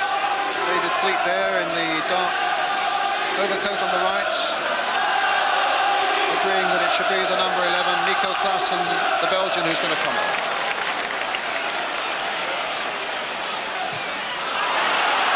Waddle beaten by Caesar. And the young fullback on a charge now, and then tried a little too much. 12 minutes remaining. In comes O'Leary. And now Groves. The flag has stayed down as Arsenal come forward again. Can they get it in? Ricks with a shot. And, well, it was Goff who got a touch in and got it away and not very far, but suddenly it looked as though it might open up for Arsenal. Waddle. Klassen chasing, trying to force an error out of Adams. In comes Waddle. That's a free kick. A free kick to Tottenham. And they'll make the substitution now. So Nico Klassen, the Belgian international, goes off, and Tony Galvin, the man whose place he took against West Ham last Monday, Galvin back again after injury, and does really perform very well down that left-hand side. So this could be a new threat now to Arsenal down the right flank of their defence. At the moment, it's a free kick. Ardiles to take it. Still only one goal in it, scored by Clive Allen after 39 minutes of the first half. Ardiles towards Waddle. Waddle! Oh!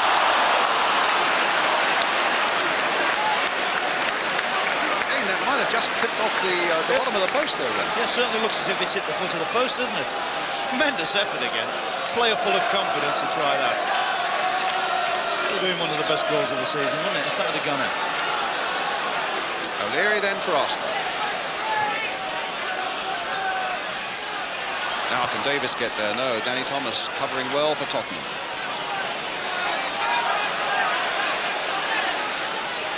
Exactly 10 minutes left now. And again the flag stays down as Arsenal try again to break from the midfield. And again it's Perry Groves. Pressure on Ray Clements here, but he's equal to it. Quinn and Davis are advancing on him. It's noticeable that when Paul Davis does go through, at least he gives the two strikers some support runs, and I think he's just got to do that for the rest of the game. He's just got to keep gambling now and trying to get a little touch on. Davis. Nobody out there in the red shirt. Fielded by the Tottenham manager. An indication that he wants to keep the game moving and make every moment count, as though he feels that Spurs could get this second goal and kill it all off. Here's Clive Allen. Stopped by Adams. Good defending there by the Arsenal player. Oh, mistake there by Sanson. It's Waddle. And a terrible miss. Holds his head and no wonder. And Kenny Sanson, I suppose, should be holding his as well. Look at this.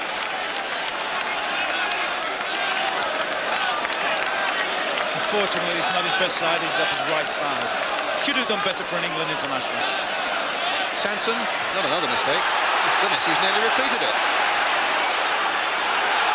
And he might yet have to pay for it, as Waddle hammers that long cross in.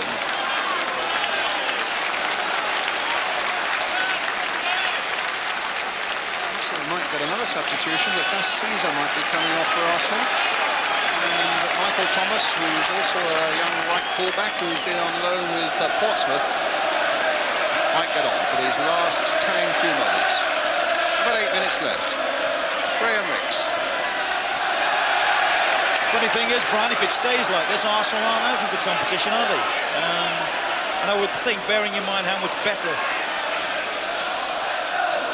Tottenham have been today, I would think that isn't the worst result they've ever had. No, and remember they've been to White Hart Lane and have won 2-1 this season.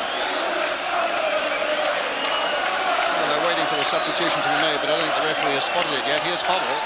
Oh!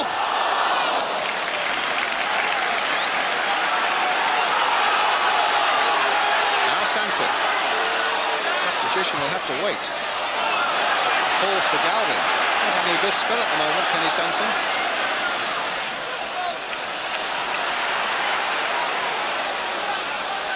Okay. Now there will be the substitution, and it'll be Gus Caesar going off to be replaced by Michael Thomas. Only 19 years old, just back from a loan period with Portsmouth, where he played 3 games and apparently mightily impressed Alan Ball. One young fan is on the field. I thought those days had gone when people were quite so stupid, but obviously not. We'll have a look at him and we won't worry about the bloke who's trying to make an exhibition of himself. Except that he's now being wrestled away by John Lukic.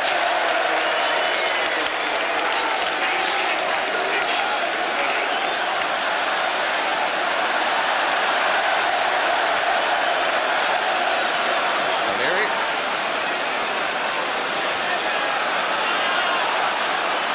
To Thomas. Goff. And foul there. Given Tottenham's way.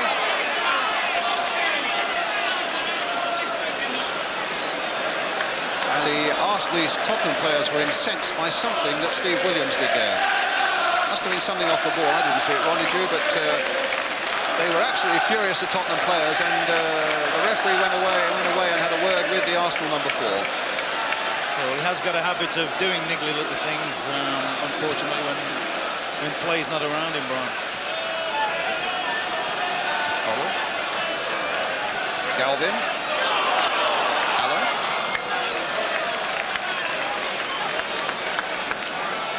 Five minutes left.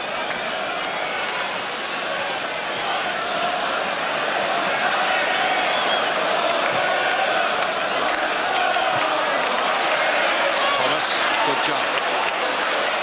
Bobble.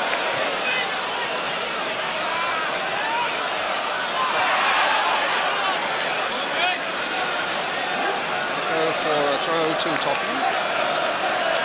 Thomas will take.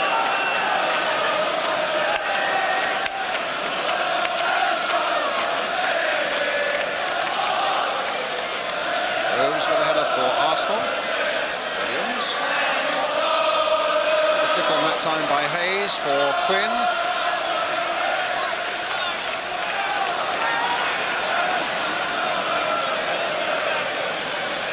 Certainly defended well today, Tottenham, with 6 clean sheets in their last 10 games, but there's that long throw again by Perry Groves that's caused them 1 or 2 little murmurs of apprehension. Williams opening up well there, finding Perry Groves. That's a nice little cross coming in. Mabbott behind it for Tottenham. Galvin to Hoddle, and Hoddle almost lost it there for a moment, and Arsenal in any case get it back as Sanson now finds Graham Ricks. Into the right foot. Richard Goff barring the way for Tottenham. Hoddle now trying to get Galvin on his way. Fresh legs there from the substitute. Being challenged by Williams. Still gets it back to Mitchell Thomas with 4 minutes now left. Ardiles. Thomas. Misunderstanding between Thomas and Hoddle. It's Arsenal's throw.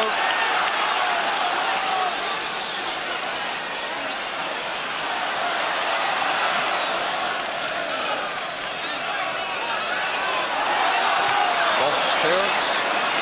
Only Clive Allen now left up for Spurs. Here he is, getting support from Galvin.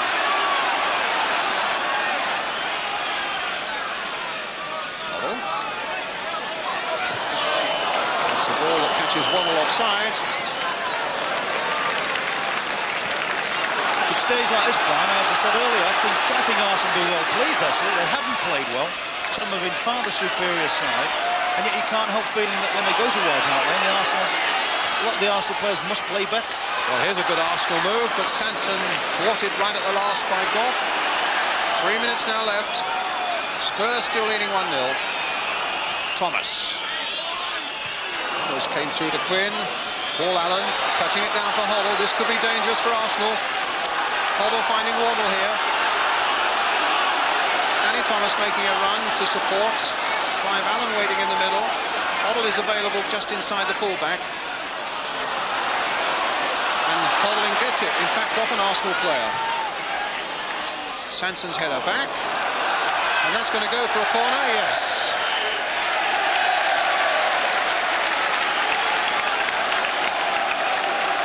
Well, this is a spot of trouble of Arsenal's own making, this. No need to concede the corner. The Swiss players at the moment don't seem very keen to take it. And the referee, in fact, has to retrieve the ball. Hoddle eventually will take it. There's 2 minutes left now.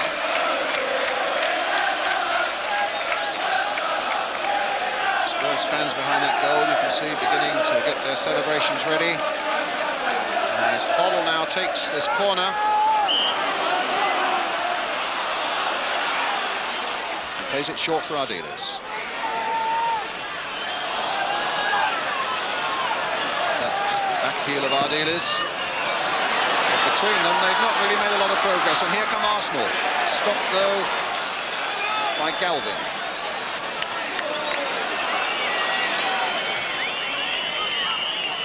Hayes. Galvin. Allen trying to get on his way again. Adams sticking close to him. I think it's fair to say the Tottenham lads have settled for a 1-0 Brian. Whereas I think if they realised how much they were in control, well. Can Perry Groves get a shot in there? Nothing that's going to worry Clements. I think if they realised just how much they were in control, they'd be going for the jugular and trying to kill the time, make sure they get to Wembley. So Arsenal's unbeaten home record looks as though it's going. The man who has scored in every round of the Littlewoods Cup, Clive Allen, has done it again in the 39th minute of the first half. With the second leg to come at White Hart Lane. Ricks with a throw. Oh, he's leaving it to Sanson. Can Arsenal yet find something? It's a foul throw, so it goes Tottenham's way.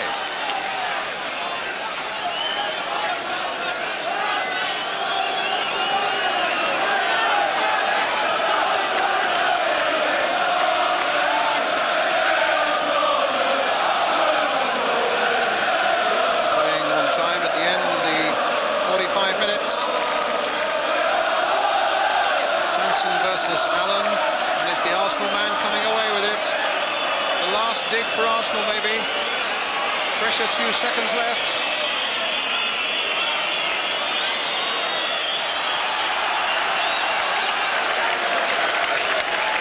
Goal kick.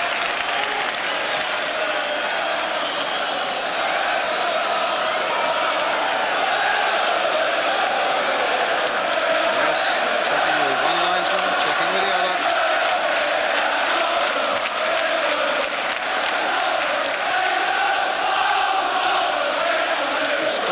Who are singing as Clements takes this goal kick. Goes Hoddle, a flick on.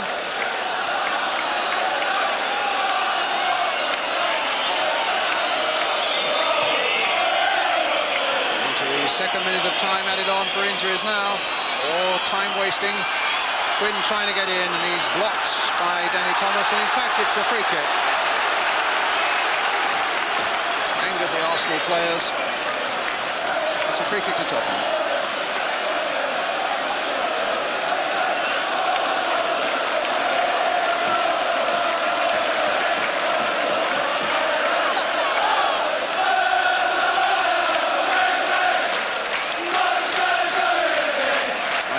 Would be to belt the ball then at the other end of the field, because it's clearly the last few seconds. There's no point in taking any risk with a short pass that might be intercepted by an Arsenal player. And that looks as though that's Clements' intention.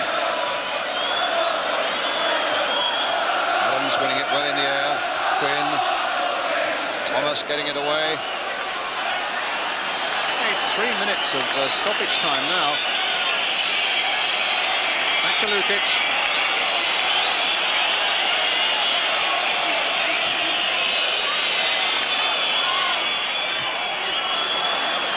Thomas away. Clive Allen.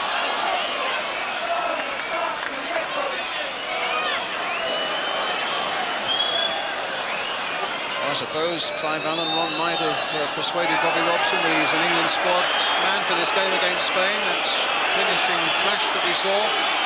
Yes, I would imagine he'd certainly be in the squad. Whether he's in the team or not, I think it would be right to give him a go. So it's only a friendly.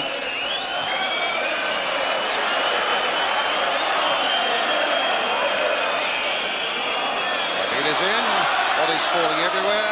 Arsenal get a throw. I don't know whether the referee's watch has stopped, you know. We had 4 minutes now of injury time.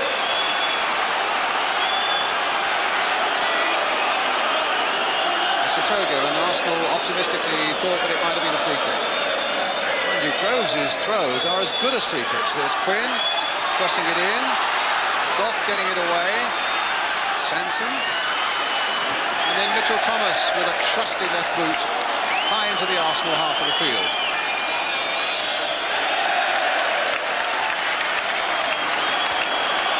Well, the bench looking at their watches now, they can't understand this, but he's looking at the watch again. Adams playing it on. Can Davis get in there? Well fielded by Clements for Tottenham.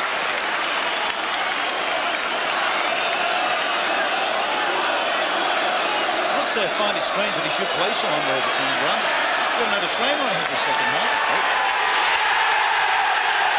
Well, the final whistle is now blown, and Spurs will be happy with their afternoon's work, having come to Highbury and won by a goal to nil. The number 7, Clive Allen, after 39 minutes, his 34th goal of the season.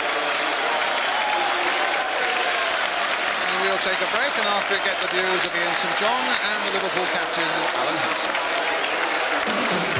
But the game's far from over. The manager emphasised, you know, we've played to half-time, really. And, you know, there's a second half to come yet at White Hart Lane. We're in front.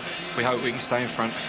Let's just take a look at the goal, number 34 of the season. And I think Arsenal felt there could have been a hint of offside here.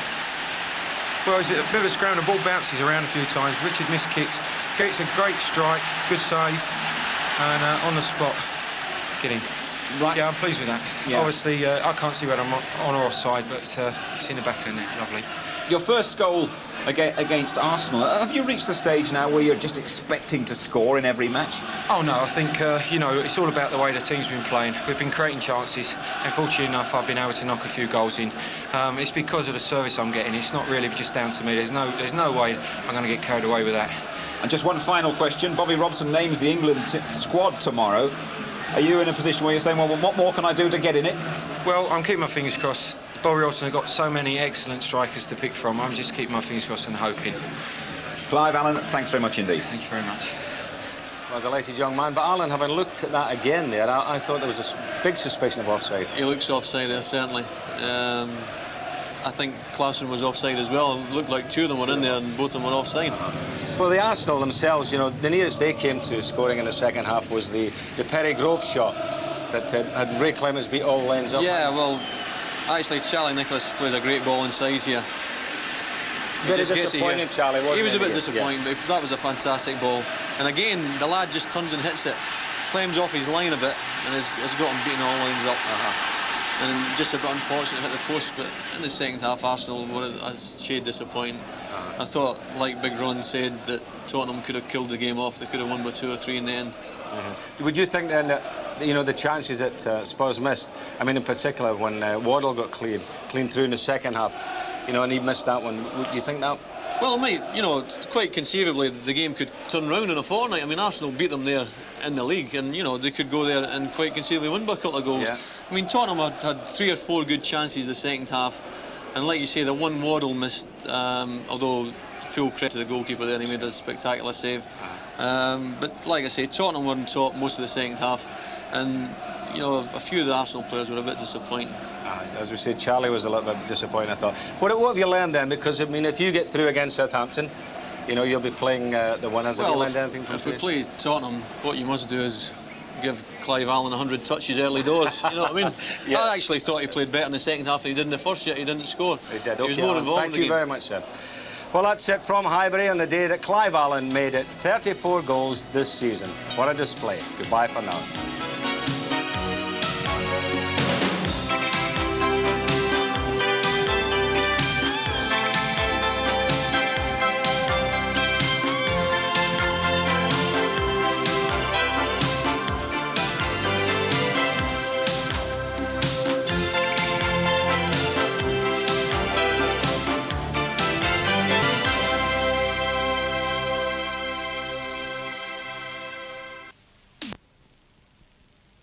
Good shot. Yes, got tipped over the bar, and from the resulting corner, of course, he got a goal nearer the record.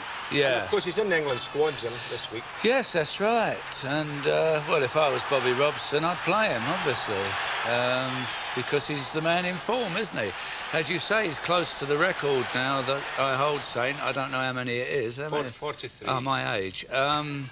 Well, quite frankly, the guy keeps banging him in. He's got to play for England, as far as I'm concerned. That's it. Yeah, Bobby Charlton had a piece in the paper saying that he didn't think he should play, but There you are. But you played a man in form, and good luck, Clive. I hope you create a record. I mean, that's what they're there for. he actually missed a great chance of going another goal closer, Jim. Look at this. Well, of course, this is the problem with the modern-day football player, is that they do actually miss chances that us older players would never have missed in our lifetime. I mean, as you can see, that's a disgrace, Clive. I'm sorry, but you would never have missed it. You would never have missed that in a million years, say. Well, I must let you have a look at this, Jim. I had a look in the archives and dug up a game you played against West Ham where you actually pushed Bobby Moore there in the back, brought the ball down calmly and from 6 yards knocked it over the top.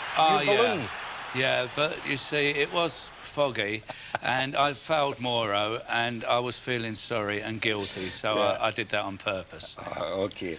Now, the Arsenal, Jim, have another young player in the Fiat Uno category again. Tony Adams has won it again. It's the second time this year that Tony has won it, and the fourth month in the last 6 that an Arsenal player has won the Fiat Uno, so I think that's great. And of course, he is also in the England squad, Jim. So and not before time for a lot of people. Well, I think he's worth a chance here, and they say he's the new Bobby Moore. If he is, I'm going to buy some shares in Heineken, that's for sure. But why not give him a try alongside Terry Butcher?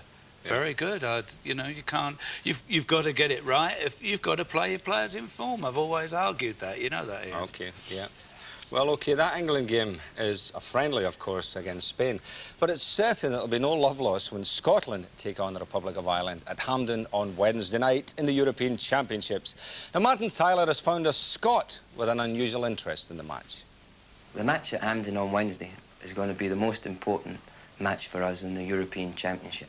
We've got to win to stand a realistic chance of qualifying.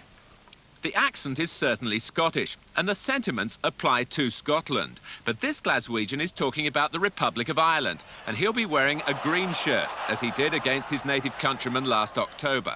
Ray Houghton of Oxford United, eligible because of an Irish father after being rejected by Scotland. When I was about 17, John Lyall, the West Ham manager, sent me to youth trials for Scotland. And actually the manager is now the Scotland manager. Andy Roxburgh. Andy Roxburgh, yes. But things didn't go well for me there. One thing and another, I didn't get selected. And at the time I was pretty upset about it because obviously I wanted to play for my country. I mean, do you regard yourself now as a Scottish person or as an Irish person? Well, I'm still Scottish, you know, that's where I was born, and obviously that's the team you know, as a person I like to think of myself as Scottish. But playing for Ireland is now my main concern, and playing Scotland on Wednesday, I've got to play well for Ireland, if selected of course, and hopefully get the right result against Scotland. It was playing well at Wembley in last year's Milk Cup final when Ray Houghton really caught the eye. Beautiful piece of running by Trevor Hibbert. He's got Aldridge waiting a little. He's got Houghton! A Wembley triumph, and now his first visit as a player to Hampden Park, where he used to watch Scotland as a boy. And he'll be facing a Scottish midfield without Graham Souness. Well, I've seen Graham play many times for Liverpool, and now he's playing for Rangers. He's a great player. Scotland will obviously miss him. But we've got to go out and overpower their midfield and just get in behind him and get some crosses in for Frank and John Aldridge. Anyone who looks at the Irish team on paper through the years will see that they've had a great squad of players with some of the best players in it. But they've always, well, I've always noticed that they've always had hard groups, and this group is no exception. You've got the Belgium who comes fourth in the World Cup, Bulgaria and Scotland, so it's a hard group. But we're quite confident that we can do well and hopefully we'll qualify. And how do you think your family are going to react on Wednesday night? I'd hate to imagine what my brothers will be like if Ireland wins. I hope they'll be hoping for a draw and maybe I score a goal. Well, did you know, James, that Ray Houghton was rejected by Andy Roxburgh as a 17-year-old when Andy was in charge of the youth team? It's very interesting, isn't it? Might come back and haunt us. Could be revenge time. Well, let's have a look at the league table, James. Yes. And, I mean, it is a vital game for Scotland. We keep saying that, but, you know, we must win this one. That is for sure. Now, the Scots, you've got me panicking. The Scots have, in their lineup, you could say they're equivalent to Clive Allen and Brian McClare. Yeah. You know, McClare scored 29 goals, Jim, which is a lot of goals. That's a lot of goals. Good ball, that. Yeah. And I think possibly they should play him and Mo Johnson. You know, you've got the Celtic partnership there. Well, again, Ian, I don't see why not. The partnership's going well, it's working, they're both scoring goals. Let them have a go at it. I mean, and goals are at a premium for you jocos, isn't it? That's right. He gets through well, he hits the post here, doesn't he? That was against Luxembourg. That's right. The last time he played, Jim. Yes, as I say, a pretty rare sight, Jocko goals, so let's hope they can knock a couple for you. OK, right. So it is an important one for Scotland at Hampden. And for the Welsh too at Swansea. As Elton Wellesby reports, Wales could be entering an exciting new era. Mike England is probably the lowest paid international manager in the world, but in footballing terms, he's comparatively loaded. Luxury is being able to select a squad made up entirely of First Division quality for the first time. Luxury, too, is the tranquility of his home and surroundings on the North Wales coast, where he's got time to consider the good times ahead and whether Wales can emulate the success of other smaller football nations such as Holland and more recently Denmark. I certainly do. I think at the present time we've got about the best squad we've ever had, and that's what excites me. I think we can do it, Denmark, and looking at our squad, we've without doubt got some of the most exciting players in Britain. Now, you have to pay an insurance bill of £6,000 to get Rush and Hughes to play together for the first time in 18 months. That's right, isn't it? That's right. Is it worth it for a friendly? Well, yes, of course it is. I mean, it's well worth it because, do you know, I can tell you something about Hughes and Rush that I don't think a lot of people realise. They always say, you know, well, Wales should win when Hughes and Rush are playing. Well, they've never lost. They've only played together 8 times, and Wales have never lost a match. And so, you know, we think that, you know, somebody's going to go a long way to have to beat us if Rush and Hughes are playing together. From your own point of view, it seems an extraordinary time to go part-time, really, when the, you know, the nation's on the verge of possibly something great. Well, I suppose you could say that, but it's always down to finance again. And, you know, when I was offered the job at part-time manager, I said I would take it because there's a lot of hard work gone into building this squad. And as I say, I think we're on the verge of something very big. And so I certainly didn't want to leave now because I want to be there when everything's starting to happen. Did it ever cross your mind, though, maybe to go to the Middle East or somewhere like that and earn a fortune, the way Billy Bingham's done? Not really, no. I've been over there and I've had some of that, and I don't like... I'm very settled here. You can see I live in a beautiful part of the world, and I just love it here. And, you know, I just want Wales to achieve something, and if we can do that, then I'll be well pleased. I think 20 years ago, you told Greavesy when you played together at Spurs that one day... Do you know, it's funny, when we played together, Greavesy used to have a great knack of trying to ride Cliff Jones and myself. You know, he used to say things like, God, if you can keep the ball up 3 times, you can get a cap for Wales. And he also used to say that he'd been for a holiday in Wales, and does that entitle him to a cap, you know. And I used to say, don't worry, Greavesy, one day you'll eat your words. And I hope that very soon old Greavesy might say, you're right, Mike. Well, I'd love to say you're right, mate. Good luck, old pal. I hope it really goes for you. Good luck, mate. Yeah, good luck, Michael. Well, Northern Ireland touring in its international duty on Wednesday. They travel to Tel Aviv to take on Israel. So, good luck to all the chaps next week. But now for a worrying report. The player drain has been robbing this country of exciting talent for some time. But now a new threat is emerging, the manager drain. Here is Jim Rosenthal. Keith Birkinshaw leaves tomorrow to manage Sporting Lisbon in Portugal. This follows a 2-year spell in Bahrain, so the former Tottenham manager is once again a member of an elite overseas club. There's Terry Venables at Barcelona, Jock Wallace with Seville, Malcolm Allison already in Portugal at Vitória Setúbal, John Toshak with the Spaniards Real Sociedad, and now Birkinshaw's on his travels again. I think after being abroad for 2 years in Bahrain, I realise how much I love England, and it will be a wrench. But after saying that, once I think I get back into club football with all its problems and one thing and another, then you know, I'll tend to forget about it a little bit. But I do love the countryside. I love the people in England, and it's certainly not going to be easy for me to go again. So then, has it come as a disappointment to you that you haven't managed to find a job here in Britain? It's certainly been the case that I haven't had many offers from clubs in England. I don't know why, but perhaps some of them don't like my face. You know, you either like people or you don't. But I'm a bit disappointed that there hasn't been 1 or 2 more offers and that I've had a chance to stay here. But after saying that, I'm getting excited now about the job that I'm taking on. Well, unusual is that Birkinshaw left Spurs as a winner with the UEFA Cup in 1984. He'd already announced he was on his way because of differences with the new board. He'd also won the FA Cup twice, including the centenary final, thanks to one of his best and bravest signings. Crooks is up ahead, but he might be offside. And that maybe was why Galvin was reluctant to release it. Now he can find Villa.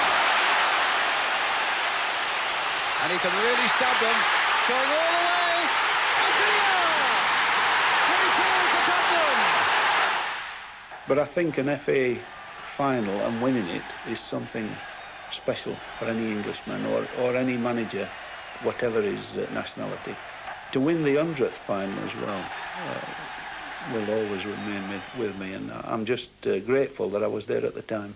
And I think if anyone had seen me after the matches when we were celebrating at White Hart Lane, then they would have seen through me and how excited I was about it. You don't go through what you went through with Tottenham and have all those triumphs without retaining a special affection for the club. What do you feel about the way things are going for Spurs at the moment? Well, I'm delighted for them. I thought that David Pleat might have struggled a little bit more than he has this season. He's done well. The team look to be on the way now, and with real possibilities of winning perhaps 2 trophies.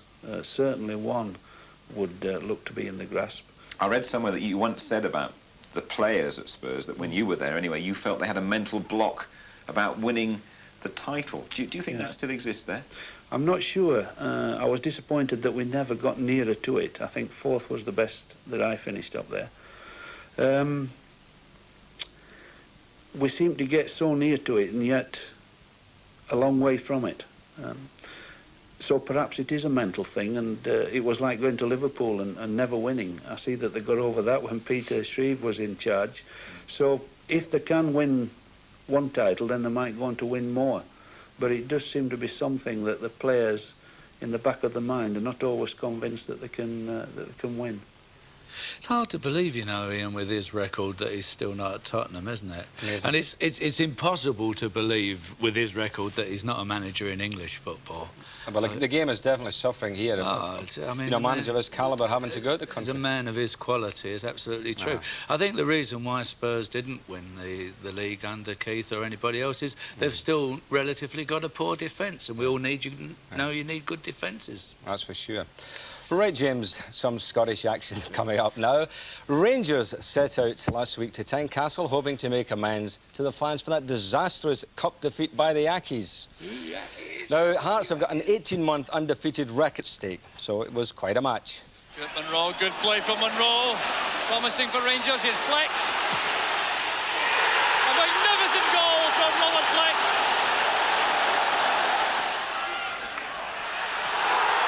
Bit of climbing being done, and a penalty kick has been given. Terry Butcher climbing on the shoulders of Sandy Clark. So it's John Robertson taking over.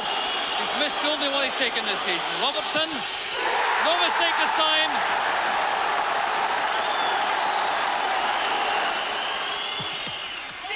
Deflected, and the goal for Graham Souness. There's the Cooper. Smith's in trouble. Fleck. Yes! 3-1 to Rangers. There's Durant. That's towards McCoist. And it's come off Kenny Black. Towards Fleck, he's up with Kidd. Cooper nodding it down. Sanderson touching it away, the chance now for McCoist. Brilliantly taken. Carson brought down by Robertson. The referee allows play to continue. Here's John Robertson. Forces his way into the box. A hand was used by Roberts, yes. So penalty kick for Hearts. John Robertson once again against Chris Woods.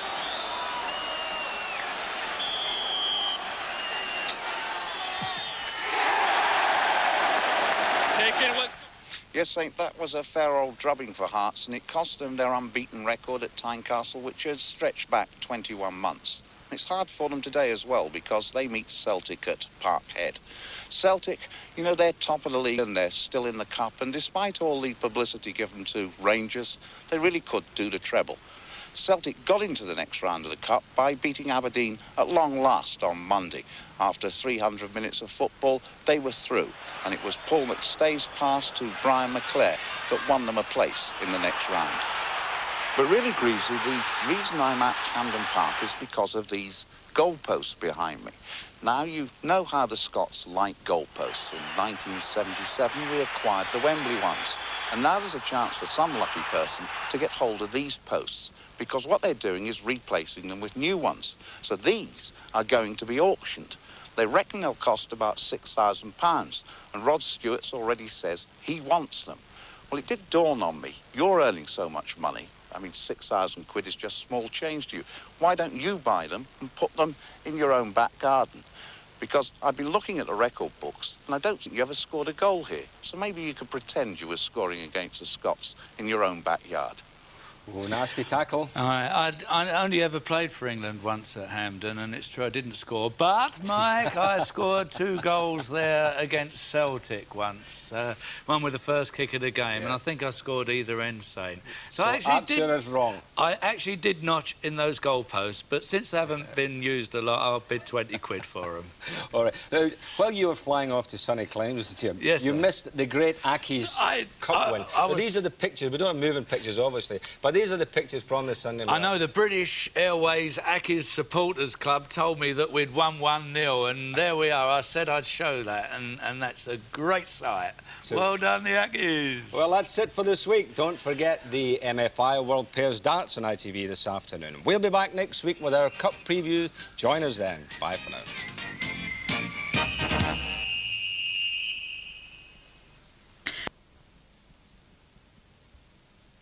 Another trophy later in the season.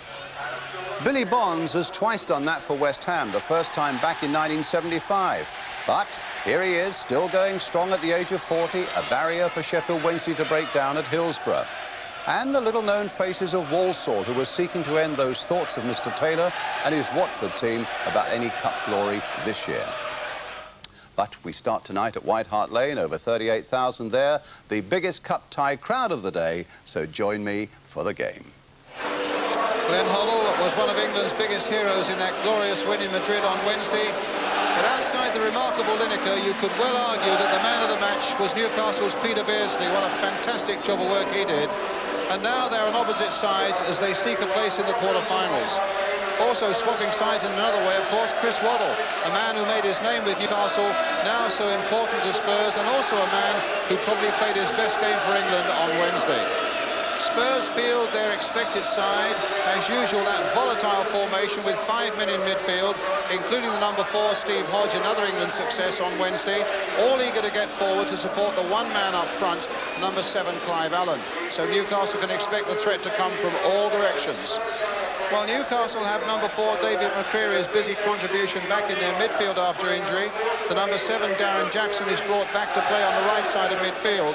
And in the same area, another Scot, the number 11, Albert Craig, signed recently from Hamilton Academicals, his first cup tie for Newcastle.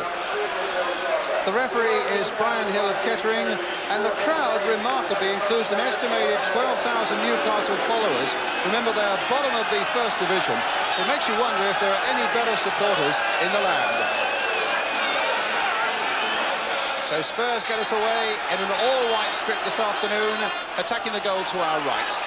With a good record, unbeaten in their last 7, as opposed to poor Newcastle, 2 wins in their last 10.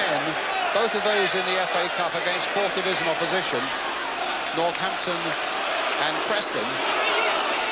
And a club, for all their tradition and all their great cup-fighting records, very much the underdogs at the moment here. Peter Jackson in forcefully, though, for Newcastle. And a free kick to Newcastle, who are in the 5th round for the first time in 16 years. So David Pleat high in the director's box. Abbott's header. And here's Danny Thomas.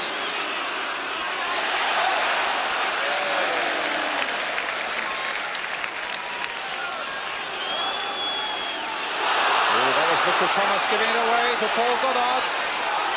He might be punished for that. He's got a corner. Ray Clements a little less than amused by that aberration by Mitchell Thomas, and it'll be a corner for Newcastle. Neil MacDonald to take it. Their first of the game.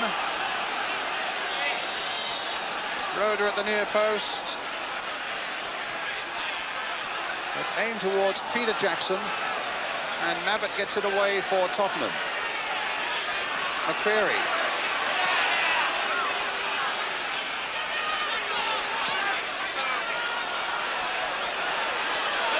Wharton in danger of being dispossessed for a moment by Ardiles.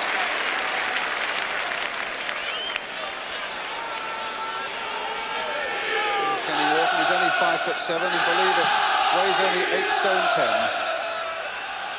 But in his way, he's a real heavyweight in that Newcastle defence.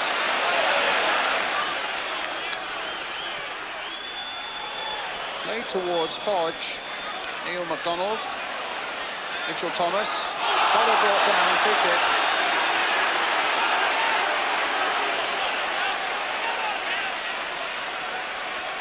Fouled by Neil MacDonald on the left ankle of Glenn Hoddle. John Sheridan, the physio, on very quickly.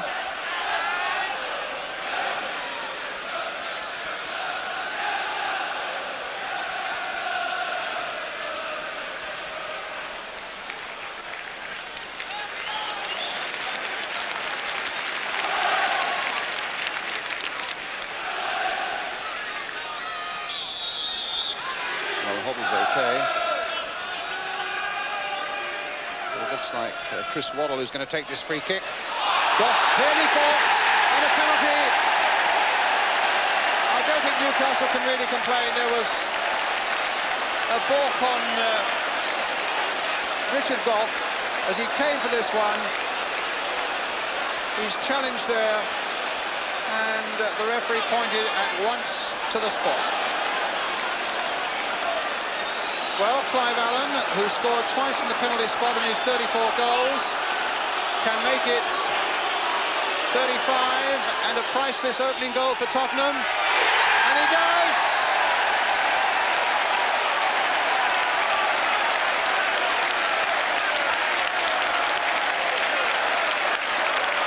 And Spurs go into the lead with 20 minutes gone. Martin Thomas got his hands to it and was angry with himself because he got quite a good touch on it. Look, flinging himself back, in a way feeling that he'd got enough on it maybe to have saved it. But Spurs in the lead, 1-0. Without ever really, in the opening 20 minutes, getting into their stride. Well, it puts him 1 goal closer to that Jimmy Greaves record for Tottenham of 43 in a season.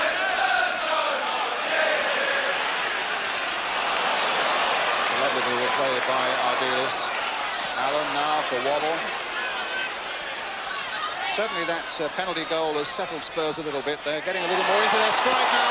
Paul Allen trying to make the most of it. And a free kick given to Newcastle. For a moment I thought he'd given another penalty. And I don't think there could have been a whistle. I think what Brian Hill was doing to see whether there was any advantage, as Paul Allen came storming in here. And in the end, gave a free kick to Newcastle. Roeder. And now Wharton.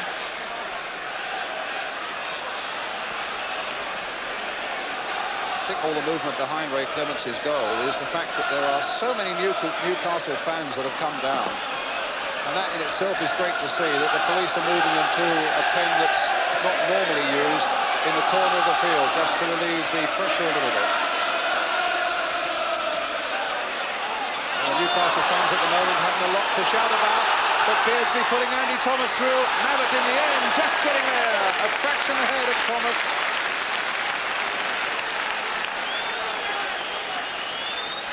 Again, opportunity made by the vision of Peter Beardsley.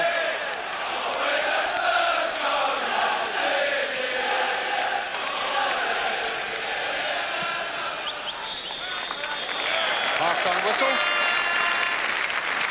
Not an exhilarating Tottenham performance, but for all that a plucky one by Newcastle, and just that 1 goal separating them.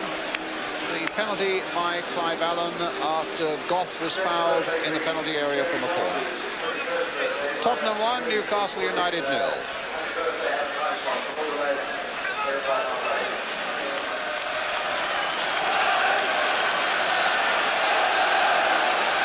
Newcastle get the second half underway.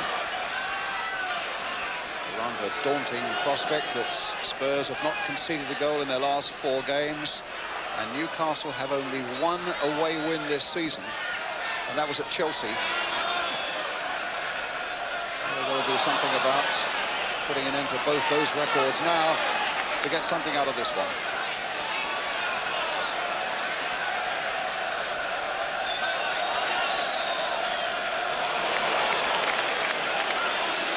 Thomas, it's the first time he's really got forward. The crossing might come to Clive Allen, it comes towards Hodge. And in the end, there were enough black and white striped shirts there to get it away. Ardiles, and an offside against Thomas.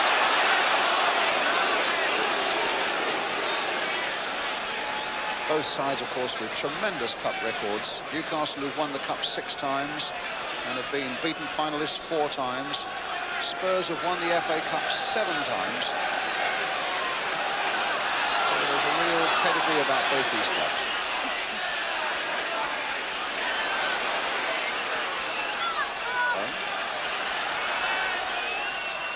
To Hodge. Nice turn by him. Oh. Well, he slipped badly there, Martin Thomas, for a moment, and it looked as though it could have been a disaster. This Newcastle goalkeeper, who incidentally played on loan here for Tottenham about 4 years ago, played 8 reserve games but didn't get into the first 2. Coming up to a quarter of an hour of the second half. Foul on Goddard, free kick to Newcastle.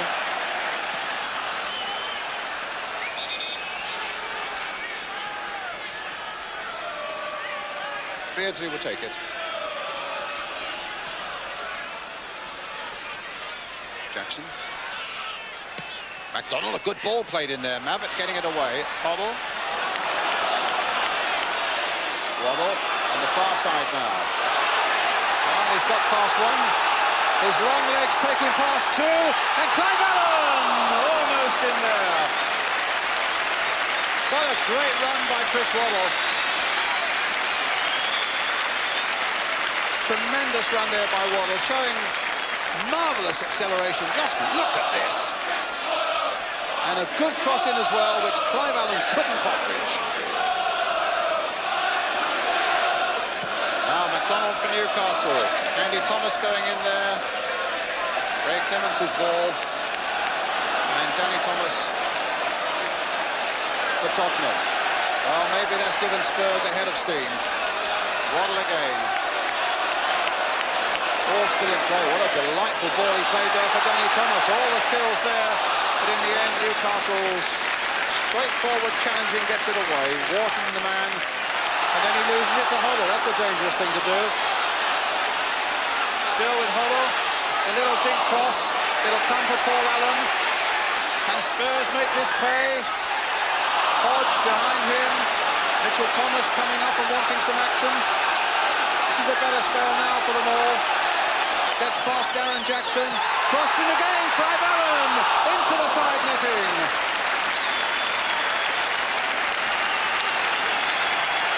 Well, Spurs ripping Newcastle apart on both flanks for that moment. And Allen turning the ball from what was called an impossible angle into the side netting.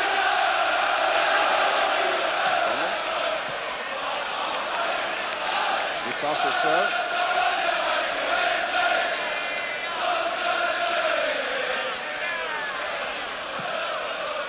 Jackson, the long ball forward. Goddard's trying to get on the end of this one. Suddenly Newcastle have a few forward. Beardsley's there. Good play by Peter Beardsley. Oh, what a lovely dummy by Beardsley. Trying to get it across there. The first real save that Rick Clements has had to make in the whole game. And a lovely little bit of magic there by Peter Beardsley.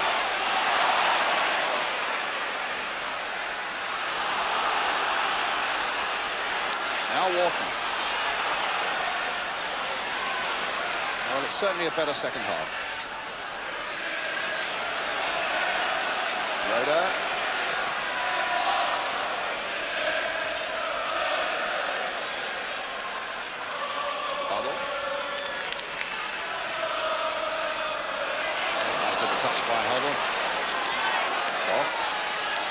Clive Allen. There's Hoddle again. He's got Allen on his right. He's got Hodge away on his left. He's spotted Hodge. Oh, a great move, but not the finish that Spurs want. Hodge had made a great run, but Hoddle again the architect, with Allen away on the right, as you can see, and a delightful ball played there into the stride of Steve Hodge. Look how agonisingly close for Tottenham. Donald.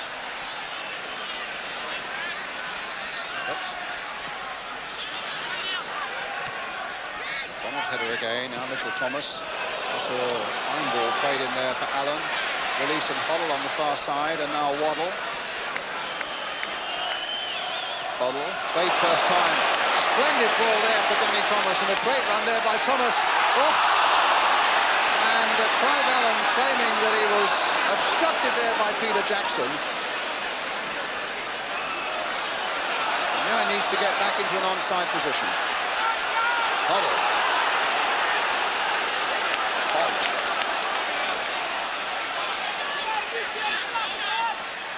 Hoddle, trying to get Hodge in again. Oh, against the post.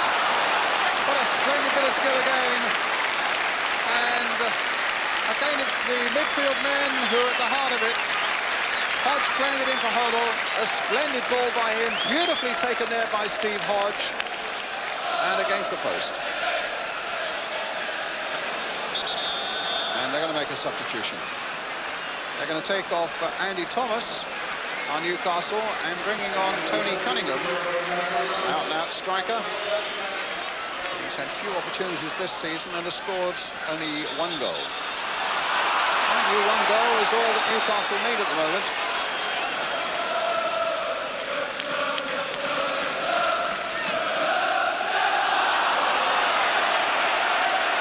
Free kick to Tottenham.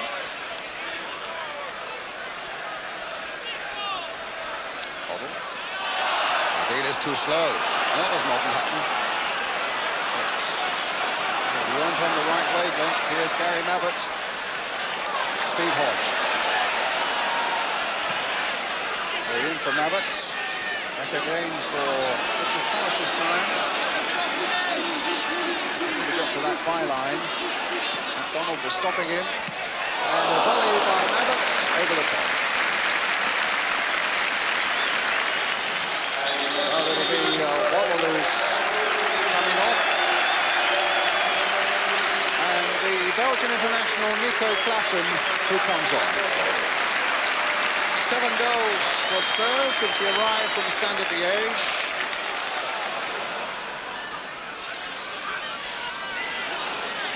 Now Hodge. Played in towards Clive Allen! That would have been as cheeky a goal as you could see with that back heel by Clive Allen, but what another great run by Steve Hodge.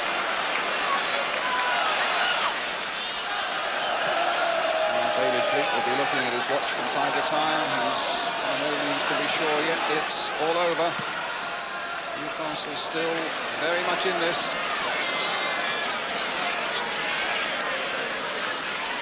Here's Beardsley. Let Beardsley loose for a moment, they're going to regret it. Yoda, played wide again from McDonald. Played in towards Goddard! Oh my goodness, so close! And that really does illustrate, no matter how dominant Tottenham have been, it just needs one strike at the other end for Spurs to be in real trouble. Played in by McDonald, Goddard didn't get a touch, and agonisingly, neither did the player on this near post.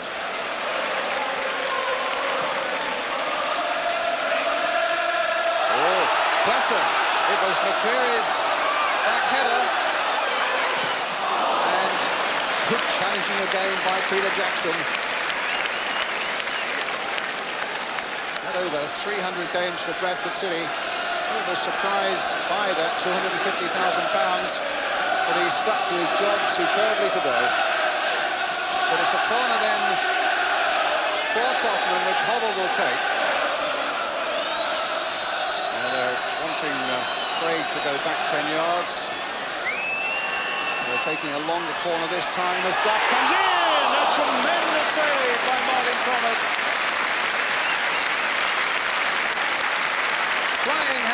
Goff. And through that crowd of players, the Newcastle keeper could have seen little of it. Not enough. Another corner then, which Huddle will take.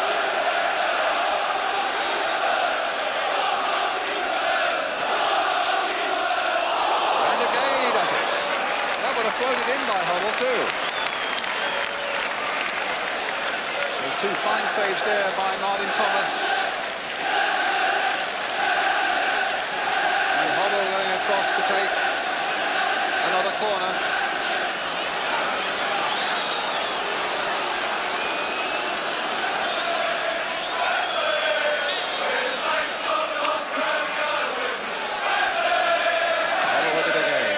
Lower trajectory. It comes for Ardiles. Plays it short this time for Paul Allen. And now Hoddle. Ardiles again. Played for Hodge. Short for Mabbott. Hoddle once more. Clive Allen. Played in towards Goff. Into the side netting.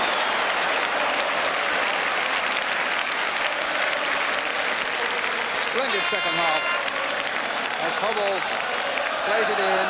Goff thinking that he might get on the score sheet here, but into the side netting. Mitchell Thomas to Glenn Hubble. Gary Mabbott. Look at the full-back in here. Can he get a good cross in? There's one to the far side towards Casson, but the final whistle had gone, and it's a victory for Tottenham Hotspur. Just that single goal in spite of that little flurry right at the end. And Clive Allen's penalty in the 20th minute separates the two sides. A poor first half and a really good, strong, cup-tie second half. Newcastle with just one shot nearly on goal by Peter Beardsley, and Spurs missing a number of chances in a much more exciting second half. Tottenham Hotspur 1, Newcastle United 0. Yes, indeed, a sparkling second half that more than made up for the first. So Spurs then advanced to the quarter-final, and I must say, from my angle, it looked a reasonable enough penalty. But what about the man who conceded it, the Newcastle defender, Peter Jackson? Peter, it was certainly a hard-fought cup tie, and it turned on what you regard as a controversial incident after 20 minutes, the penalty. Tell us how you saw that, first off. Well, it's the first time I've just seen it now, and the ball came in, and me and Richard Goff went for it, and he just collided with me. As you can see here, the ball's coming across. It's in the air, and we're both watching the ball, and then he just runs into me like that, and the referee give it. I must say, on the far side of the ground, it did seem to me a penalty, but you would feel that it wasn't. It wasn't a penalty, no. Well, it was also a day when Chris Waddle, once such a hero at Newcastle, and Peter Beardsley found themselves on opposite sides. Waddle left to join Spurs, and there's been so much speculation that Beardsley might follow him either to another First Division club or indeed abroad. Well, I raised that point with him, but first I got Chris Waddle's overall view of the game. We knew it would be hard. With us playing the five midfield, Newcastle seemed to pack it a lot and got a lot of challenges in, and we found it hard at first to get going. What did you say? We scored through a penalty, and it's tough in the next round. The crowd here were fantastic today, Peter. I think everybody appreciated that. And I think, you know, they deserve the best. You'll agree with that. I know you don't want to talk about your future a good deal, but I mean, how closely wrapped up is it with Newcastle and Castle fans? Well, they're the best, you know, I've always said the best. If at the end of the day, in 2 years' time or whatever, I leave the club, they'll still be the best. Chris still says they're the best, you know, he said that earlier. And I just want to be playing for the best at the moment, you know, they've done great for me. They appreciate me so much, and I've just got to try and repair that. So when you say 2 years, I mean, you're seeing possibly a 2-year commitment at Newcastle? Well, that's right, I've got my contract till June 88, and at the moment, I've got no urge to leave, you know, I've always said I'm going on in that contract, and at the moment I am. You've got no urge to leave? No, that's right. You know, I've had good times at Newcastle, and I've always said I'm going to do there and honour my contract, and that I will. So there you have it. Peter Beardsley says he will see his contract out with Newcastle, as he also told me the only way I will leave is if Newcastle want to sell me. Coming next, Sheffield Wednesday against West Ham, Walsall against Watford, the goals from Leeds against Queen's Park Rangers, and the latest news too after the break. And there's a lot of the season to go yet. He's the son of a great player. Spurs and England top striker, and valued, they tell me, at 2.2 million by Roma of Italy. It's Clive Allen.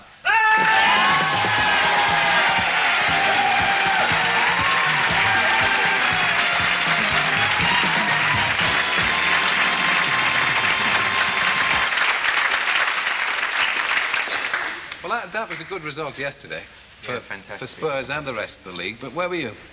Well, I was there somewhere. You don't have to score every week in a good Spurs side. You're having a barren period at the moment, aren't you? Yeah, I haven't scored in 2 games, so it's a shame, really, but there you go. Yeah. Do you think that they've copped on to you? Defenders in the league have copped on to the way you do it now and are shadowing you?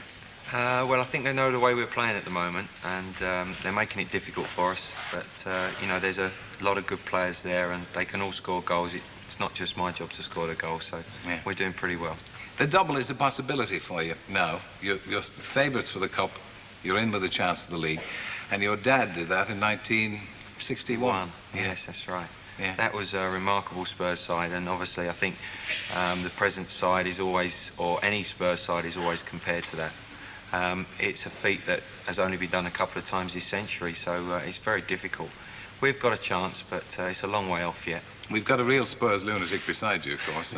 I mean, how does he compare to his dad? Do you remember his dad? Yes, that was right. Remember his grandfather, too. Almost true, because I was saying before to Clive, in the programme yesterday, they had a list of all the top scorers going right back to 1890, and I remember George Hunt, and when I looked at the date, it was 1931. So I do go back a bit before Les, yeah.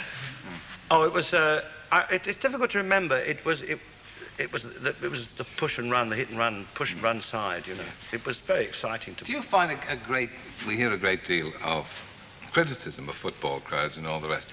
You've followed Spurs man and boy, and so have you, Johnny. You started with West Ham, but moved to Spurs. No, I don't move to Spurs. No, Johnny's still West Ham. Johnny's not a supporter. I'm a one-eyed supporter. Johnny is a connoisseur of football. He'll go anywhere. That means I only like winning teams, so whatever team is winning's got my support.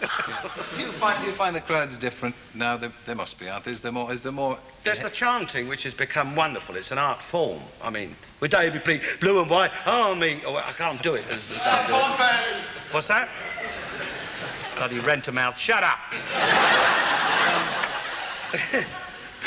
The chanting is different. The people who sit around me, well, I'm Jewish, so I can be slightly anti-Semitic, can't I? Yeah. But they do tend to say, you're doing me a favour. What I come here for? I don't come here for aggravation. I don't want to watch. I'm going. I'm not coming. It's good, mate! You know, they are a little hard to please. They're not all Jews, of course. But mind you, you're in the elegant end. You're there in the stand. You're not there. You're not there where the bullets fly, are you? That's right. Would you go to a match if you had to join the popular end? I would if I was in disguise. Alf does induce a kind of hysteria in people. Alf's got a very good view of why Spurs win on Sundays too, isn't it? Yeah, well, I mean, because they are a Jewish club, aren't they? Yeah. See, and they don't play well of a Saturday, because how can you play well if you're frightened of getting a thunderbolt if you score a goal? And of course, playing of a Sunday, we beat Wimbledon on Sunday. Well, I mean, Tottenham did, and Liverpool. So, I mean, obviously they're best on a Sunday, and we wish we could make the semi-final against Watford on a Sunday. What goes on in the pitch? We obviously see things on television, and we go to matches. Is it getting rougher, would you say? No, I don't think so. It's obviously professional sport, and it's professionalism that takes place. But would you mean sort of gamesmanship? Yeah, sure, that's right. But it's nothing underhand or anything like that. Do they say things to you like, if you go by me, I'll break both your legs? No, nothing like that. No. Come on, of course they do. No, huh? No, it's a game at the end of the day, and they enjoy playing football. So really, you just get on and you do your game, and you play to your best ability. Ozzy Ardiles must have gone to an acting school, because he's a fantastic faller. I mean, he falls in such a dramatic way, and if he's anywhere near the penalty area, he seems to fly into the penalty area. It's still one of the reprehensible aspects of English football that sometimes black players get chanted at. And Ozzy Ardiles still gets chanted at by opposing teams because he's an Argentinian. Well, it's sorry. Yeah, that's right. But I think, to Ozzy's credit, you know, he's done remarkably well over the 4 years or so that he's been with Spurs. And it shows that really he's such a true professional sportsman that has really conquered all politics in this respect. And but not as far as the opposing crowd is concerned. It's anything to put the... I mean, if you're a real supporter and you've travelled a long way, you'll do anything to put the other side off. So if they're taking a goal kick, you've got this extraordinary chant they've got now, which accompanies the goal kicks. And if you can... What is that? Get on... Well, it goes... I mean, I can't say we can broadcast it, can we? No. No.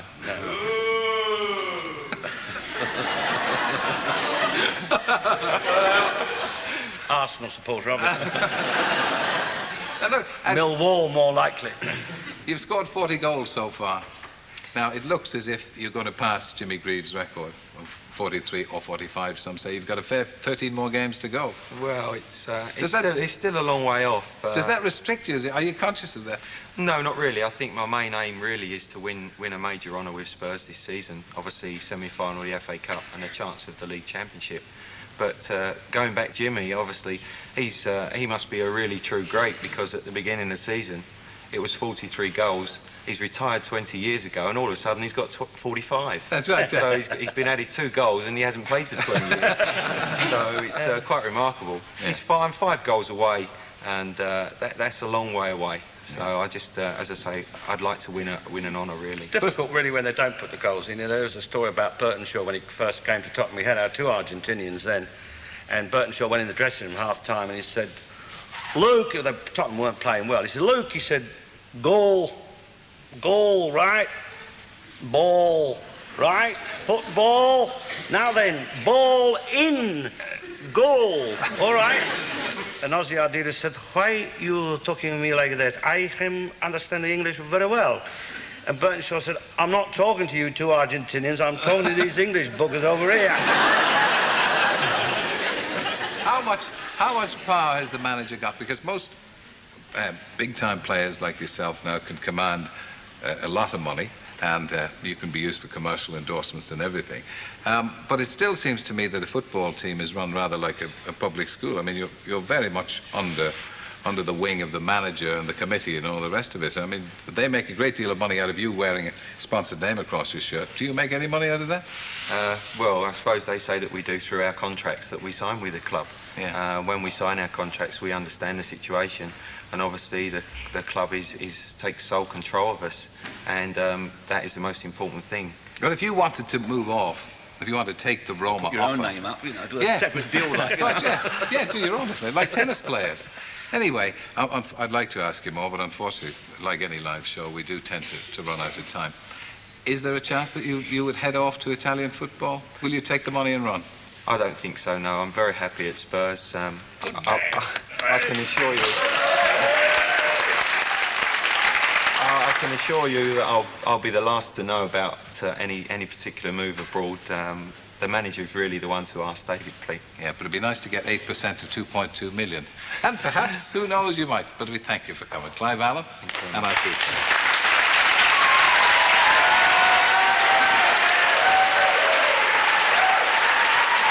Well, that's it. Another day, another dollar.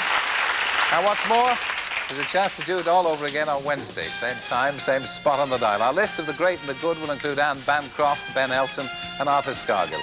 So we'll see you on Wednesday live at 7 o'clock. Good night.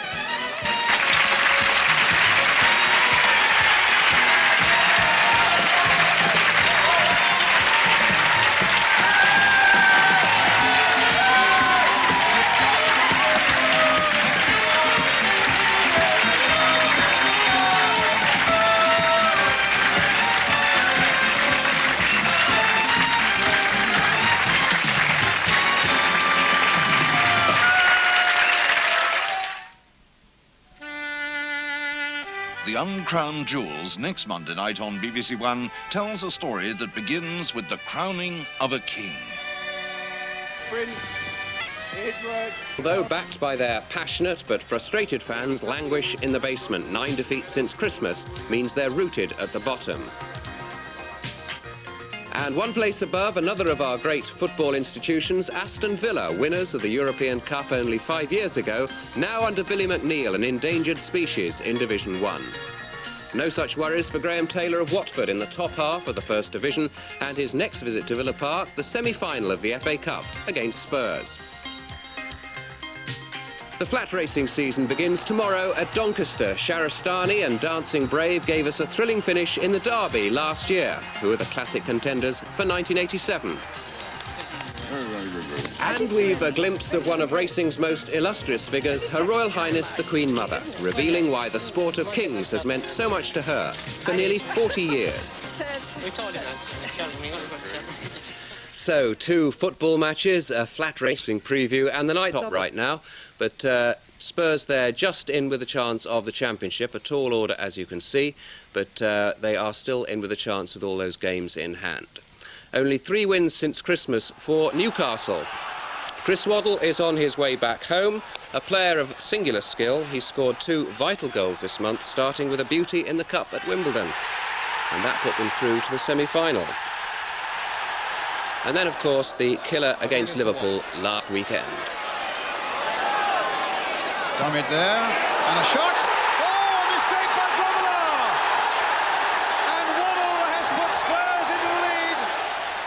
I've got all my friends and family up there. Obviously, I'll get a few boos, which I normally get, but I think I've learnt enough now to get that.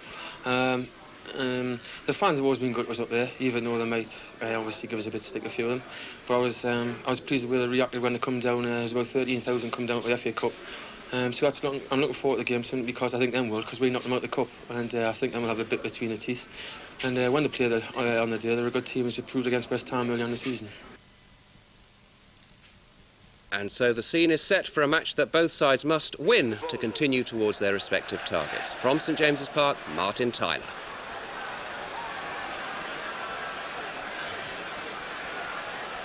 Well, Chris Waddle's exceptional form has influenced Newcastle United's team selection.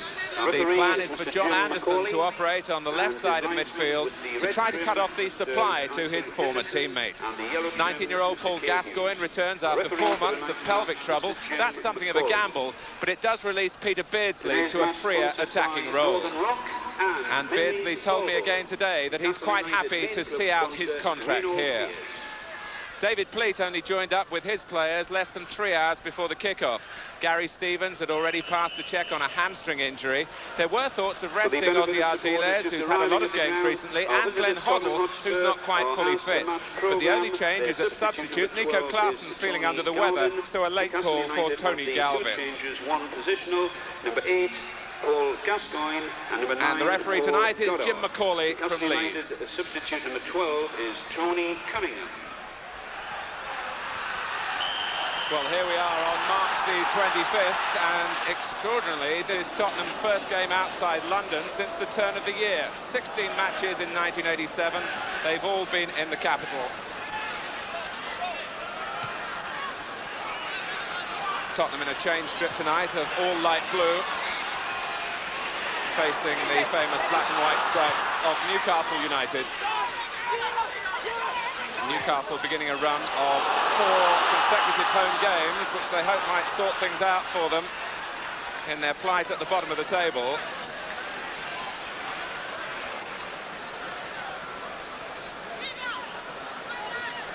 Ray Clements will always have a soft spot for the opposition tonight. He made his 1,000th senior appearance against Newcastle some 18 months ago.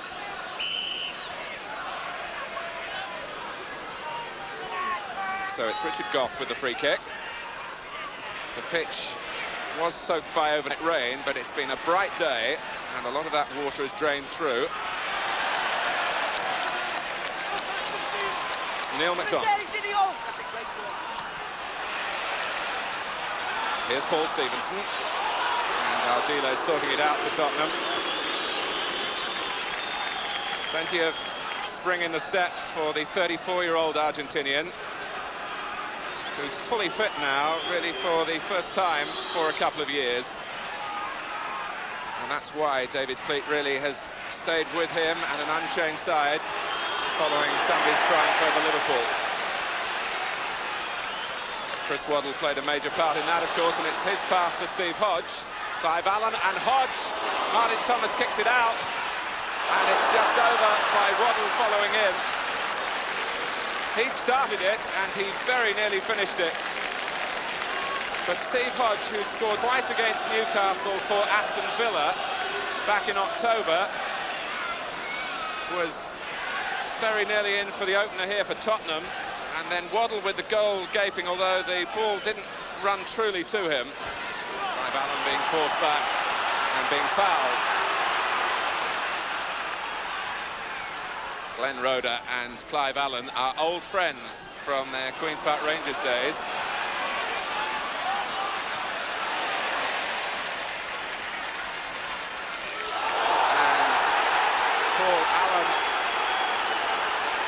Was caught by Gascoigne, who's really fired up at the start. Allen had been trying to prise away through the middle and found his path was blocked, and Gascoigne, after a bit of a bump, raised an arm.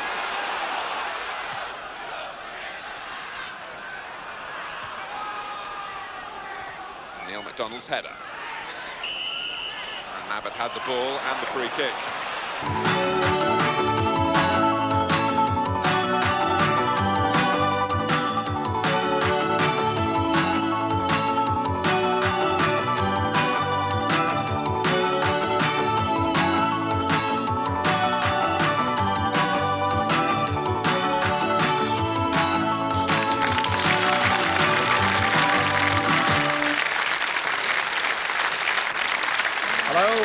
Welcome to Question Sport. And Emily Hughes last week scored his first win in the past month. So Bill Beaumont is behind again, but it's very close indeed, 7-6.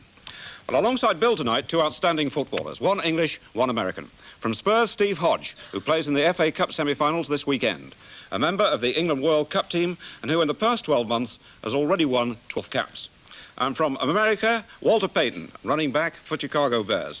A player who smashed no less than 7 National League records and 23 club records, and rightly recognised as one of the all-time greats in American football.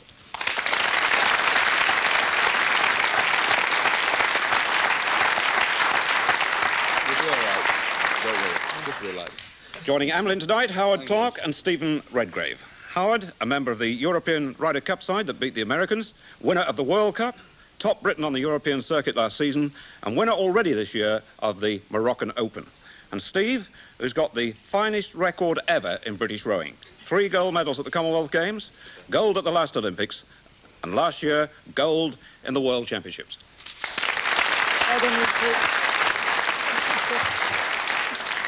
And later tonight, mystery guest number 4 in our viewers' competition. And there's the numbers board. Some hiding a straightforward print of someone famous in sport, others more difficult, but still top internationals in sport. Howard. Number 4, please, David.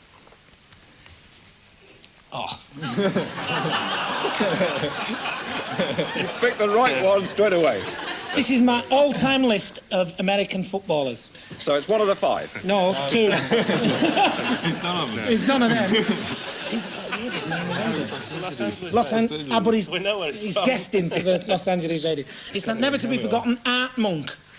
Oh, Monk. That's a good choice. Hey, good stuff, isn't it? He looks like him. Does he? Yeah. You're taking the mickey now. Art Monk's right.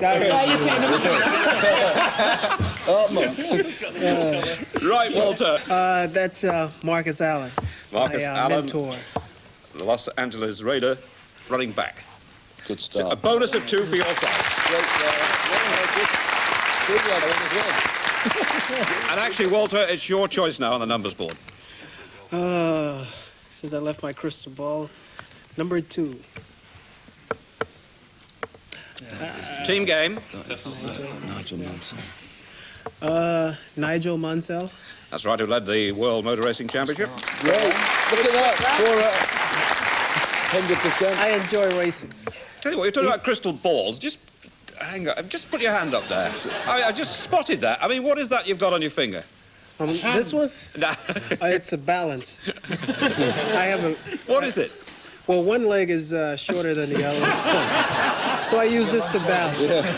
No, this is leading over that way. Taking a mickey out of you. Don't forget I allocate the points. Good. This is the championship ring for winning Super Bowl 20. And it means a great deal to me. And every player gets one? Yes. Every player, every coach, everybody who is involved with the organization, and a few people that are called fringe benefits. You've scored all 4 points for your side. You'll do it for Emily's me, yet this lad. to score, and it's Steve Redgrave's turn. I'll try number 8. It's Walter Swinburne. It's Walter Swinburne. Walter Swinburne. The jockey is quite right. Would you got him? You're on the You got him. scoreboard. Little Walter. Steve Hodge, your turn. Number 11, please. It's Harold Bomber Graham, isn't it? Errol Graham. That's right, Bomber Graham, the European middleweight champion, gets you 2. The captain's left. Emlyn, Bill 6-2 in front. Where are you going? Number 6, please, Dave. Good one for your side, I think, but it should have fallen the other way around, shouldn't it? No. Oh, you know, do you? Yeah. OK. No doubt. Go on, you see. Chris Bailey. International for so long, actually. Do you know him, Bill? No, but he's the only oarsman apart from Steve that I've heard of. Anyway, that narrows the gap, and it's your turn. Number 9, please, David.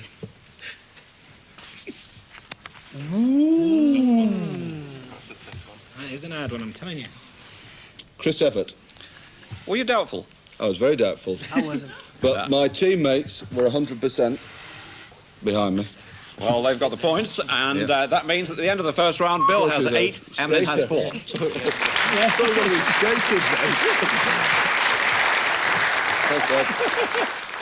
Well, round 2 is where the guests are tested about their own sport, and tonight the captain's tested about their sporting knowledge in general. Very little. Howard, your golf question goes back to the Open in 1983. It was played at Royal Birkdale, and these are 2 previous winners of the title. Who are they?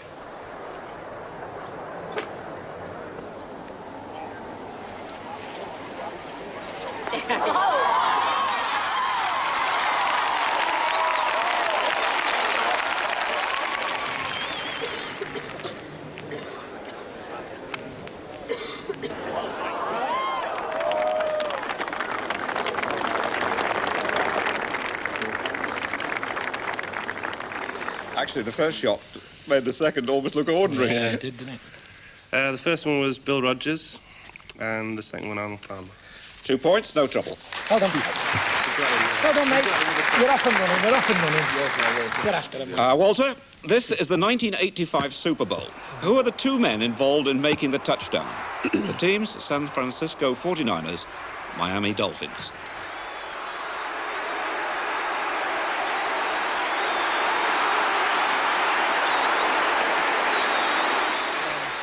Well, the guy who threw the ball, I just did a Saturday Night Live with him. That's Joe Montana. Yep. And the guy who caught the pass is another one of my mentors. Is Roger Craig. Who was rightly well pleased with the touchdown, and you get your 2 points. Pretty good stuff, that. Well done. Steve, take a look at the coxless pairs during last year's World Championship. Great Britain finished 4th in this. But can you name 2 of the countries in the medals?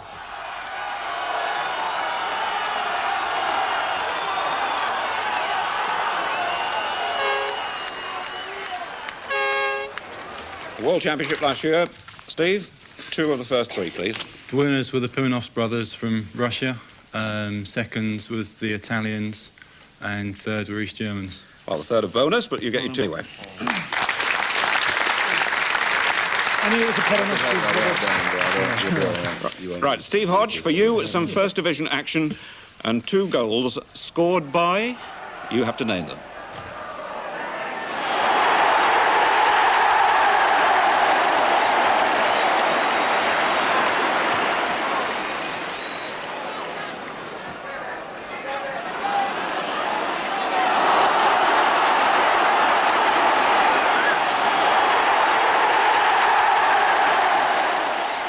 Who scored the goals? John Watt got the first and Gary Gillespie got the second. Liverpool got 3 in all. They beat Newcastle 3-1, and you get 2. Good stuff.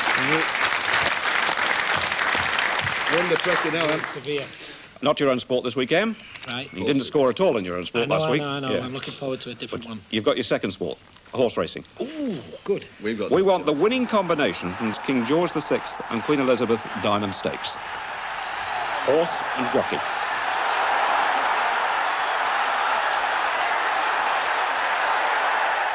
Right, Emlyn. Winning horse, winning jockey. Was it a Rainbow Quest? No, so you've got the horse right. The jockey. Pat Edery. Well done, it was Pat Edery, yes. And that's why I thought it was Rainbow Quest, because it's Rainbow Quest colours, wasn't it? I'll tell you in a moment. Goes across. Do you know the horse, Bill? Do you know any? I don't know any horses at all. I don't as well. Sugar. It's the only horse I know. Actually, Emlyn, you were well on track. It was Dancing Brave, in fact, last year. Looks like Sugar. And Pat Edery rode it. Greville Starkey rode it in the Derby. Of course, Pat took over on that one and won it. Right, Bill, across to you. You've got cricket. It's often good news for you too, isn't it? We'll see. The players, please, taking these 2 catches.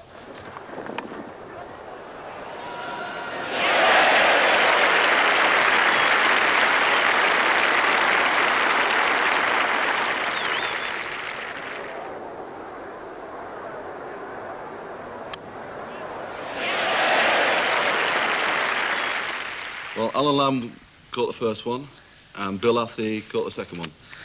That was no trouble to you at all, was it? Yeah. So, the end of the round, and Bill with a big lead. 14 to Emlyn's 9. Come on, lad. Keep it on, lads. Keep it going. Got to keep the concentration up. Well, next for our 2 famous mystery guests, 1 for each team. Emlyn, Howard, Steve, who's this famous learner driver?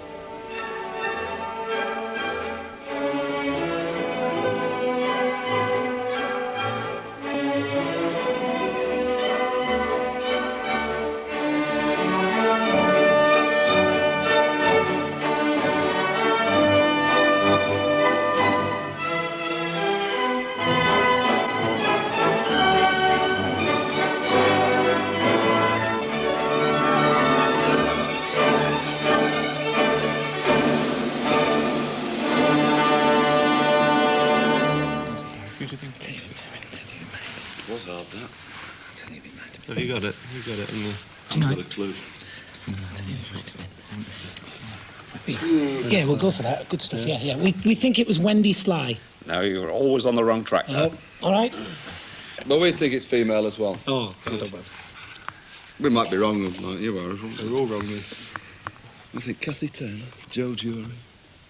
Kathy. I think you're right on that one. Who? We'll have You a go can for it. say it then. I'll say it. Is it Kathy Taylor? Kathy Taylor. Yeah. The former world modern Modern pentathlon champion. And you've chosen the wrong one, Bill, because it's the other person you mentioned. Oh, Joe. Joe Jury, is it? Britain's #1 lady tennis player. Yeah. Yep. So you failed to get your bonus there, and it's your turn. Now, Bill, Walter, Steve, all you have to do is to recognise the artist's model. Baby face, you've got the cutest little baby face. I'm up in heaven when I'm in your fond embrace. I didn't need a shower 'cause I just fell in love with your pretty baby.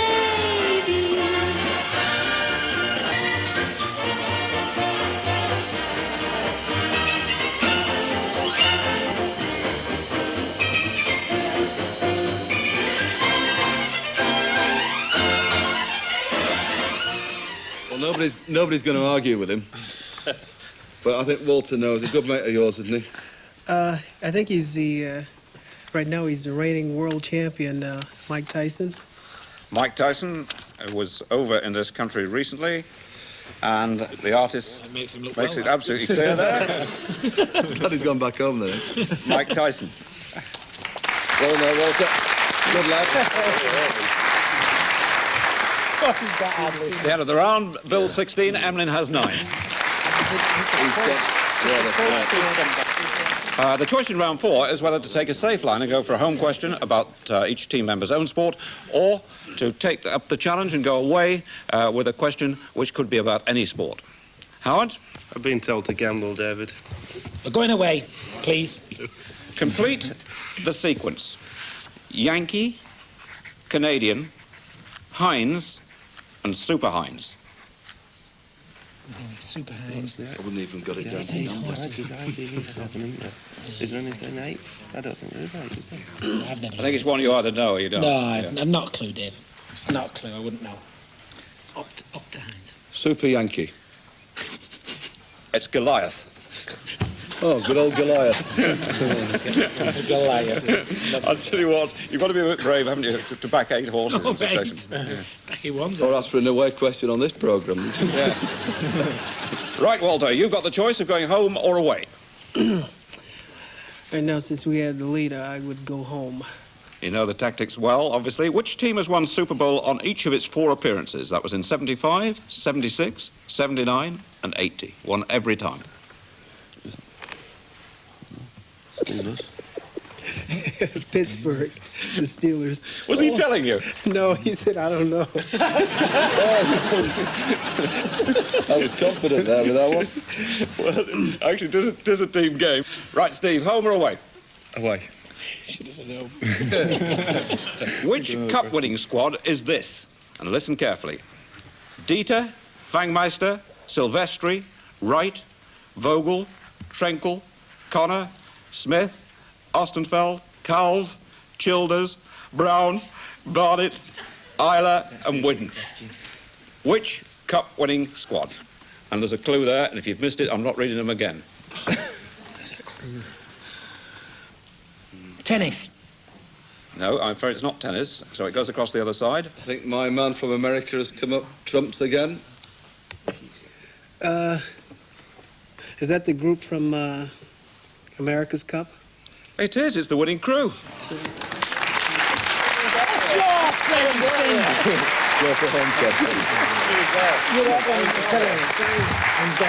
That was one of the biggest sporting events in America. Yeah. To regain it back. And of course, hidden in that list of names was the obvious clue, Connor. Connors. Steve, you're getting the blame here now. Connor, but I said tennis. I was out there as I well. said Jimmy Connor, I thought it was tennis. Jimmy Connor, tennis. You were out there, Steve, were you? I was out there for part of the time, yeah. I wish you still were out there. Now, come on. Actually, you'll get the blame, whatever. Right, Steve Hodge, home or away? I'll go home, please. Which team played in their first FA Cup final in 1984, but were beaten by Everton? That one, wasn't it? One pointer. Watford. Watford is right. Emmeline. We've got to go away, David. All right. We're desperate. Well, you're always keen on your racing, aren't you? Yep. Which famous horse race is nicknamed Run for the Roses? Yeah, that's right. Is it the Lancashire Oaks? Well, it could be, I suppose, but it isn't. What are those American ones you're on? He seems to be getting everything right tonight. Belmont. No. Yeah. What's the other one? Kentucky Derby. We'll go for that. Kentucky Derby, should we? Why not? I was stabbed. Kentucky Derby. Brilliant.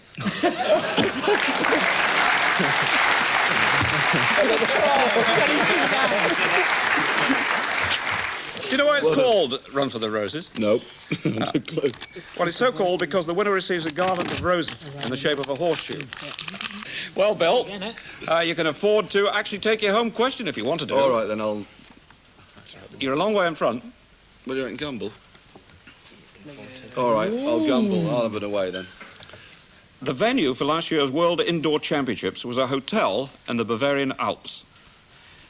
Competitors came from as far afield as Finland and Saudi Arabia. And next year's venue is likely to be a ferry boat on the Baltic. What is the sport? Spy guess.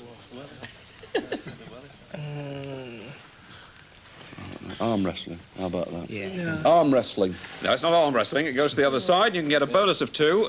Virtually, sir, we got it. We think it's European welly throwing. Well, it might be, but Howard, let's just have a close look at your face. Indoor golf. Indoor golf on a boat. Indoor golf. On a boat is going to be played. On a boat. The game is played on a golf simulator with a computer assessing distances and shots. Last year's winners were Finland. Why Finland? I don't know. For golf, aren't they? And because of that, they'll host this year's tournament, hence the ferry boat on the Baltic.